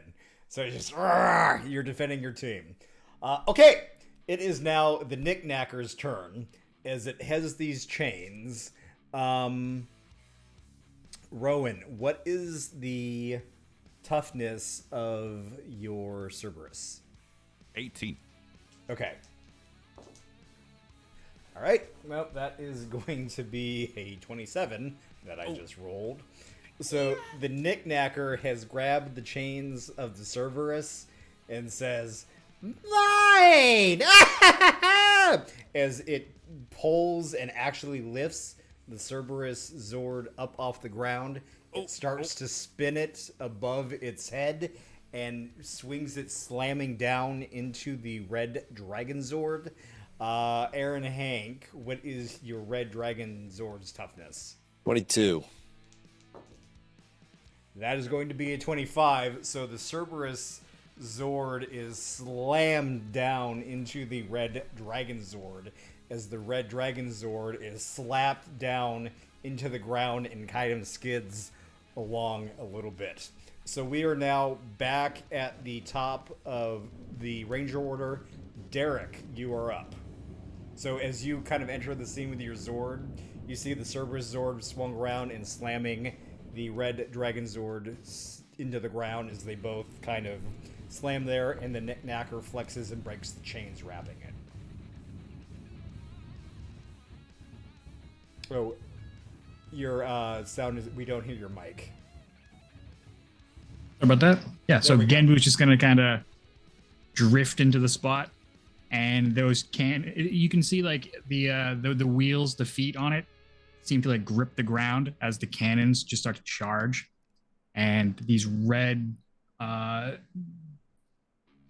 like energy rockets, they're homing, so they're just gonna like zip around and see if they can blast this thing in the back. Okay, go ahead and give me. So because you're attacking from the back, I'm going to give you edge on this attack. So roll 2d20 plus the dice for the attack. Oh my. Plus the dice. What's this one? Just add them the highest d20 plus whatever. Yep. This is like advantage. Yes. Okay. I have 22. Yep, that does it. So tell me how it looks as these homing missiles slam the knickknacker into the back. So the barrels of this thing are still steaming, and when these hit, it's just searing fire damage. It's 3 fire damages. They just like sink into them, into the knickknacker. The knickknacker's back just ignites in flames from the Genbu Zord as this missile thing attacks, and as in true Power Rangers fashion, it kind of goes spinning into the ground a little bit as it tries to blow the flames out and jumps up, and it's still kind of like as it's patting itself. So CeCe, you are up. Awesome. So CeCe, after getting kind of like punted out of range, she kind of circled back around, and on the mic she goes, "Coming in hot, watch out!" And she basically operates the wings to kind of what they did in the movie. The wings come forward, and you see like the edges of her feathers are actual blasters, or lightning cannons rather. And so she's gonna just blast with lightning cannons to the front. Perfect. Because this thing got blasted around a little bit, I'm also gonna have you roll with edge on this. Well, it was a 16, 17, 18. What's sorry, remind me about edge again. Oh, edge is 2d20, so you roll 2d20 and you take the highest result plus the dice that you roll for the attack. So that's a 19 on the dice. Perfect. That's a hit. Plus my D8, so 19, 20, 21. Oh, yeah, you've more than hit this thing. As this lightning comes blasting out the edge of the wings as it goes searing in, what does it look like as the lightning hits the knickknacker?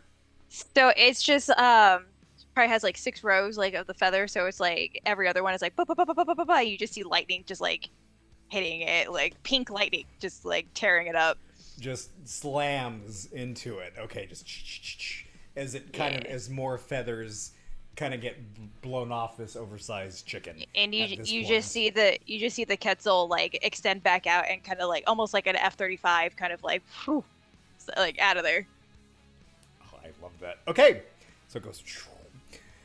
Okay, then we are up to Skye now. It is your turn. As you've seen this thing get blasted from behind with flames, you've seen lightning slam into it. Yeah. You're still kind of down on the ground waiting like, guys? Nope. All right. Well, fine. It's cool. That's what happened. You said it's on the ground now?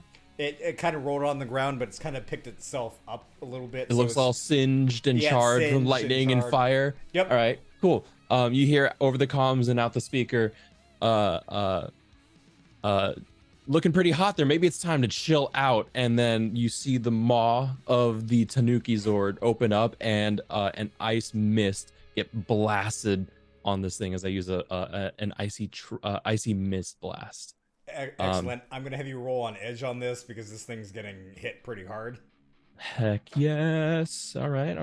Here we go. So that's a D20 plus a D6. 22. Oh yeah, that's more than a hit. Yes. All right. And that the effect is 2 cold damage. Okay. So as the mist kind of settles it around, you see ice crystals start to form around it, and the cold makes it sort of like makes the knickknacker start to slow down its movements, not mechanically, but like just for flavor. So here's what we're going to do, because I think this is a really excellent scene you just painted. Roll me a d20.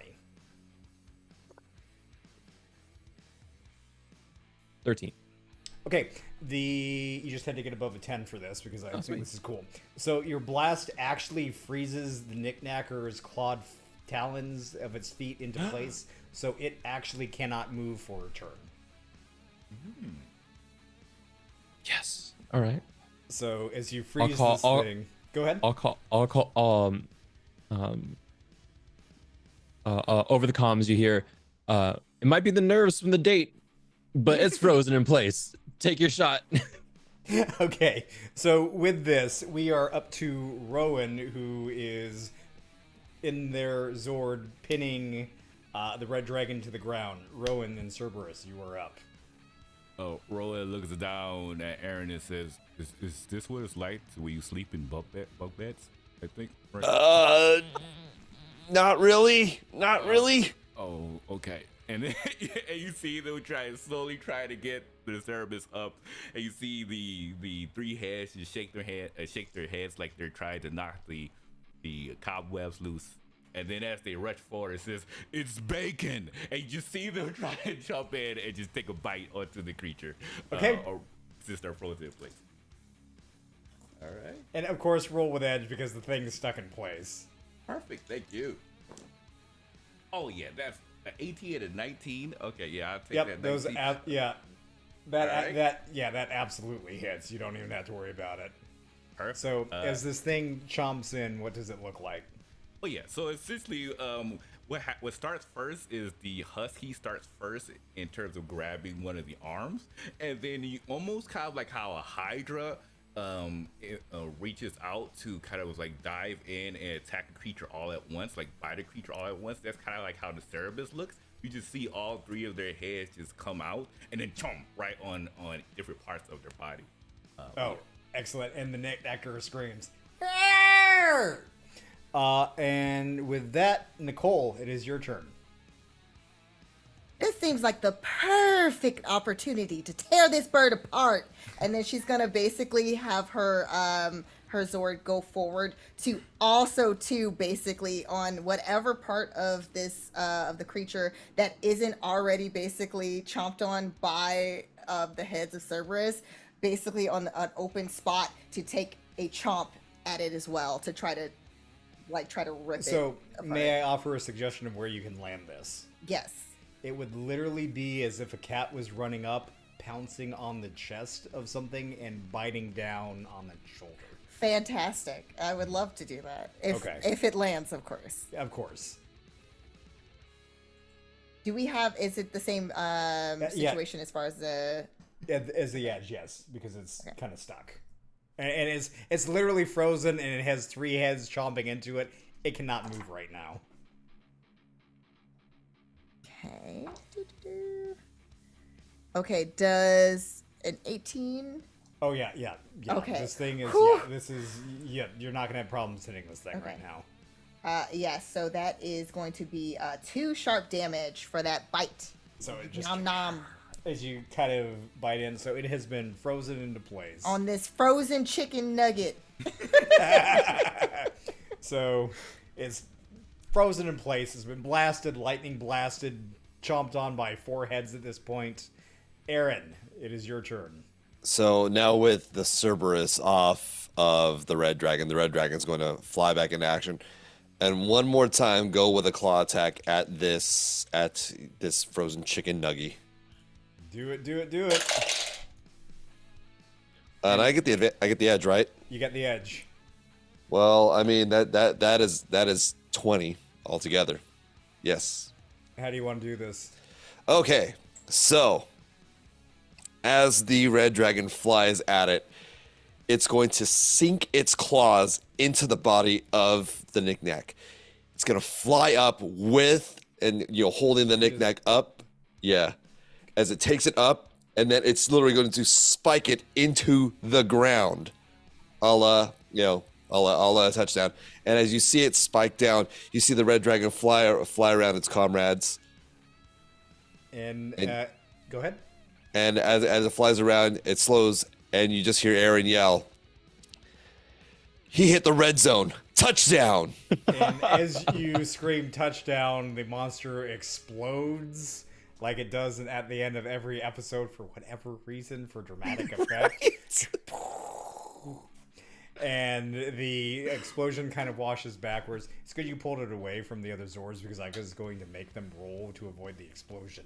But anyway, because why does no one think? Anyway, smash cut edits. Anywho, so the thing blows up, and you have destroyed the knickknacker. And for a moment, we flash back to Rita, Repulsa, and Lord Zedd as this monster is defeated by the Supernova Rangers.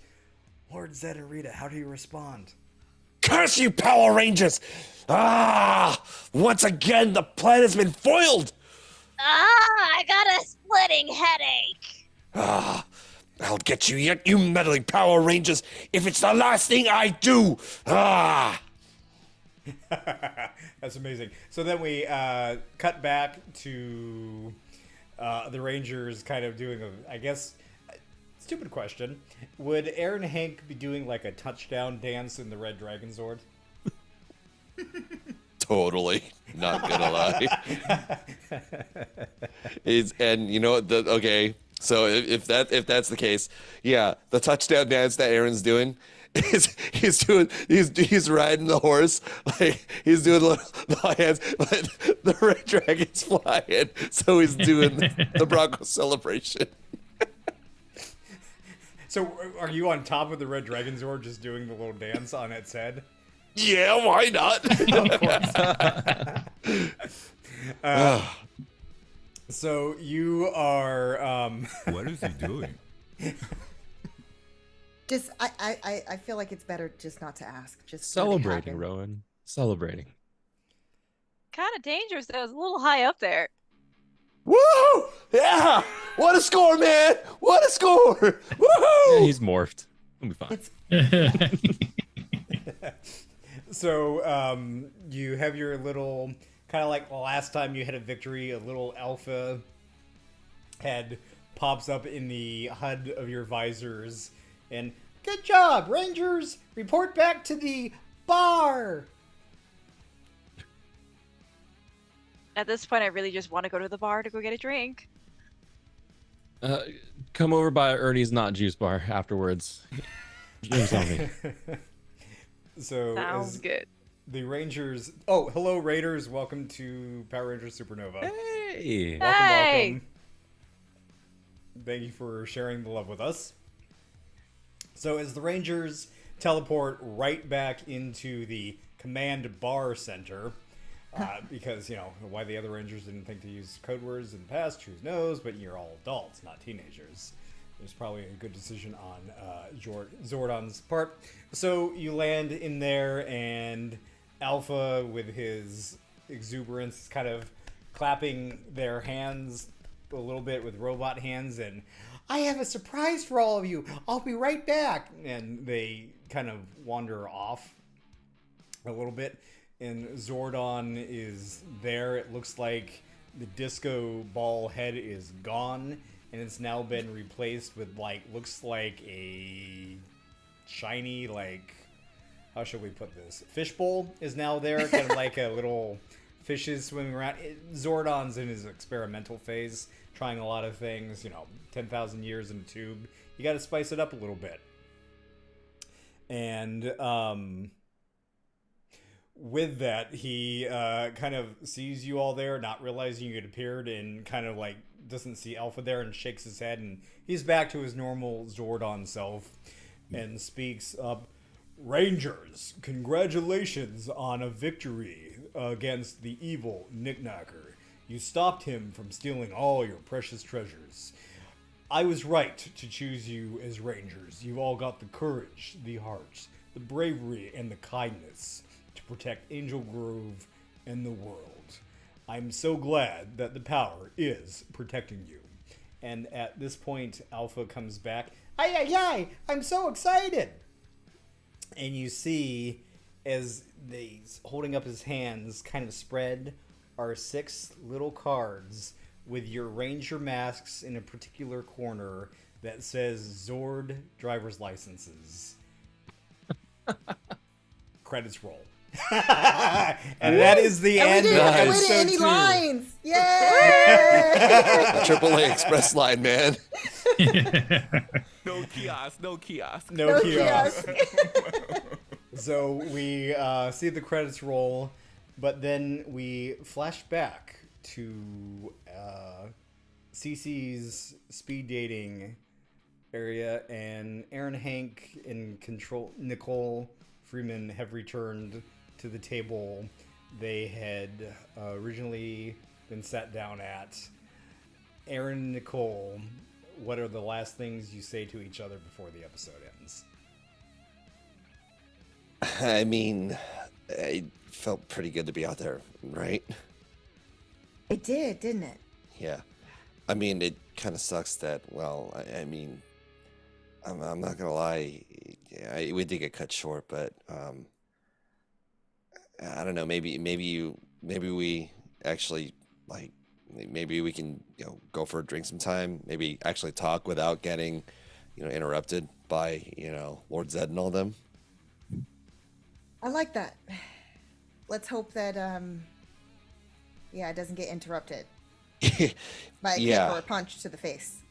Yeah. I think Poor everybody. Skye. I feel so bad for him. Look, he's gonna be fine, but I think I get what CeCe was trying to do. So maybe tomorrow night.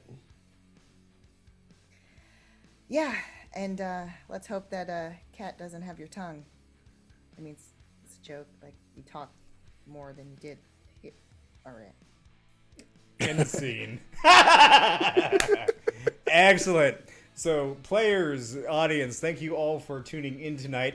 We are going to go around real quick, reintroduce ourselves, and plug where you can find us. And as I always like to do this, I love to do it in Ranger morphing order. It keeps my job simple.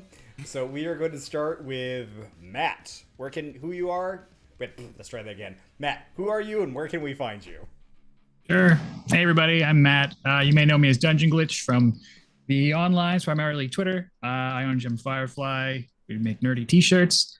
I make music. I consult on businesses for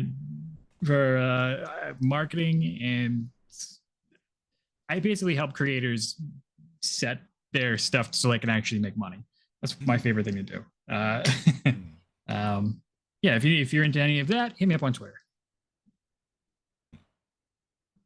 Hi everyone, my name is Christian, better known as Kappa in most online spaces.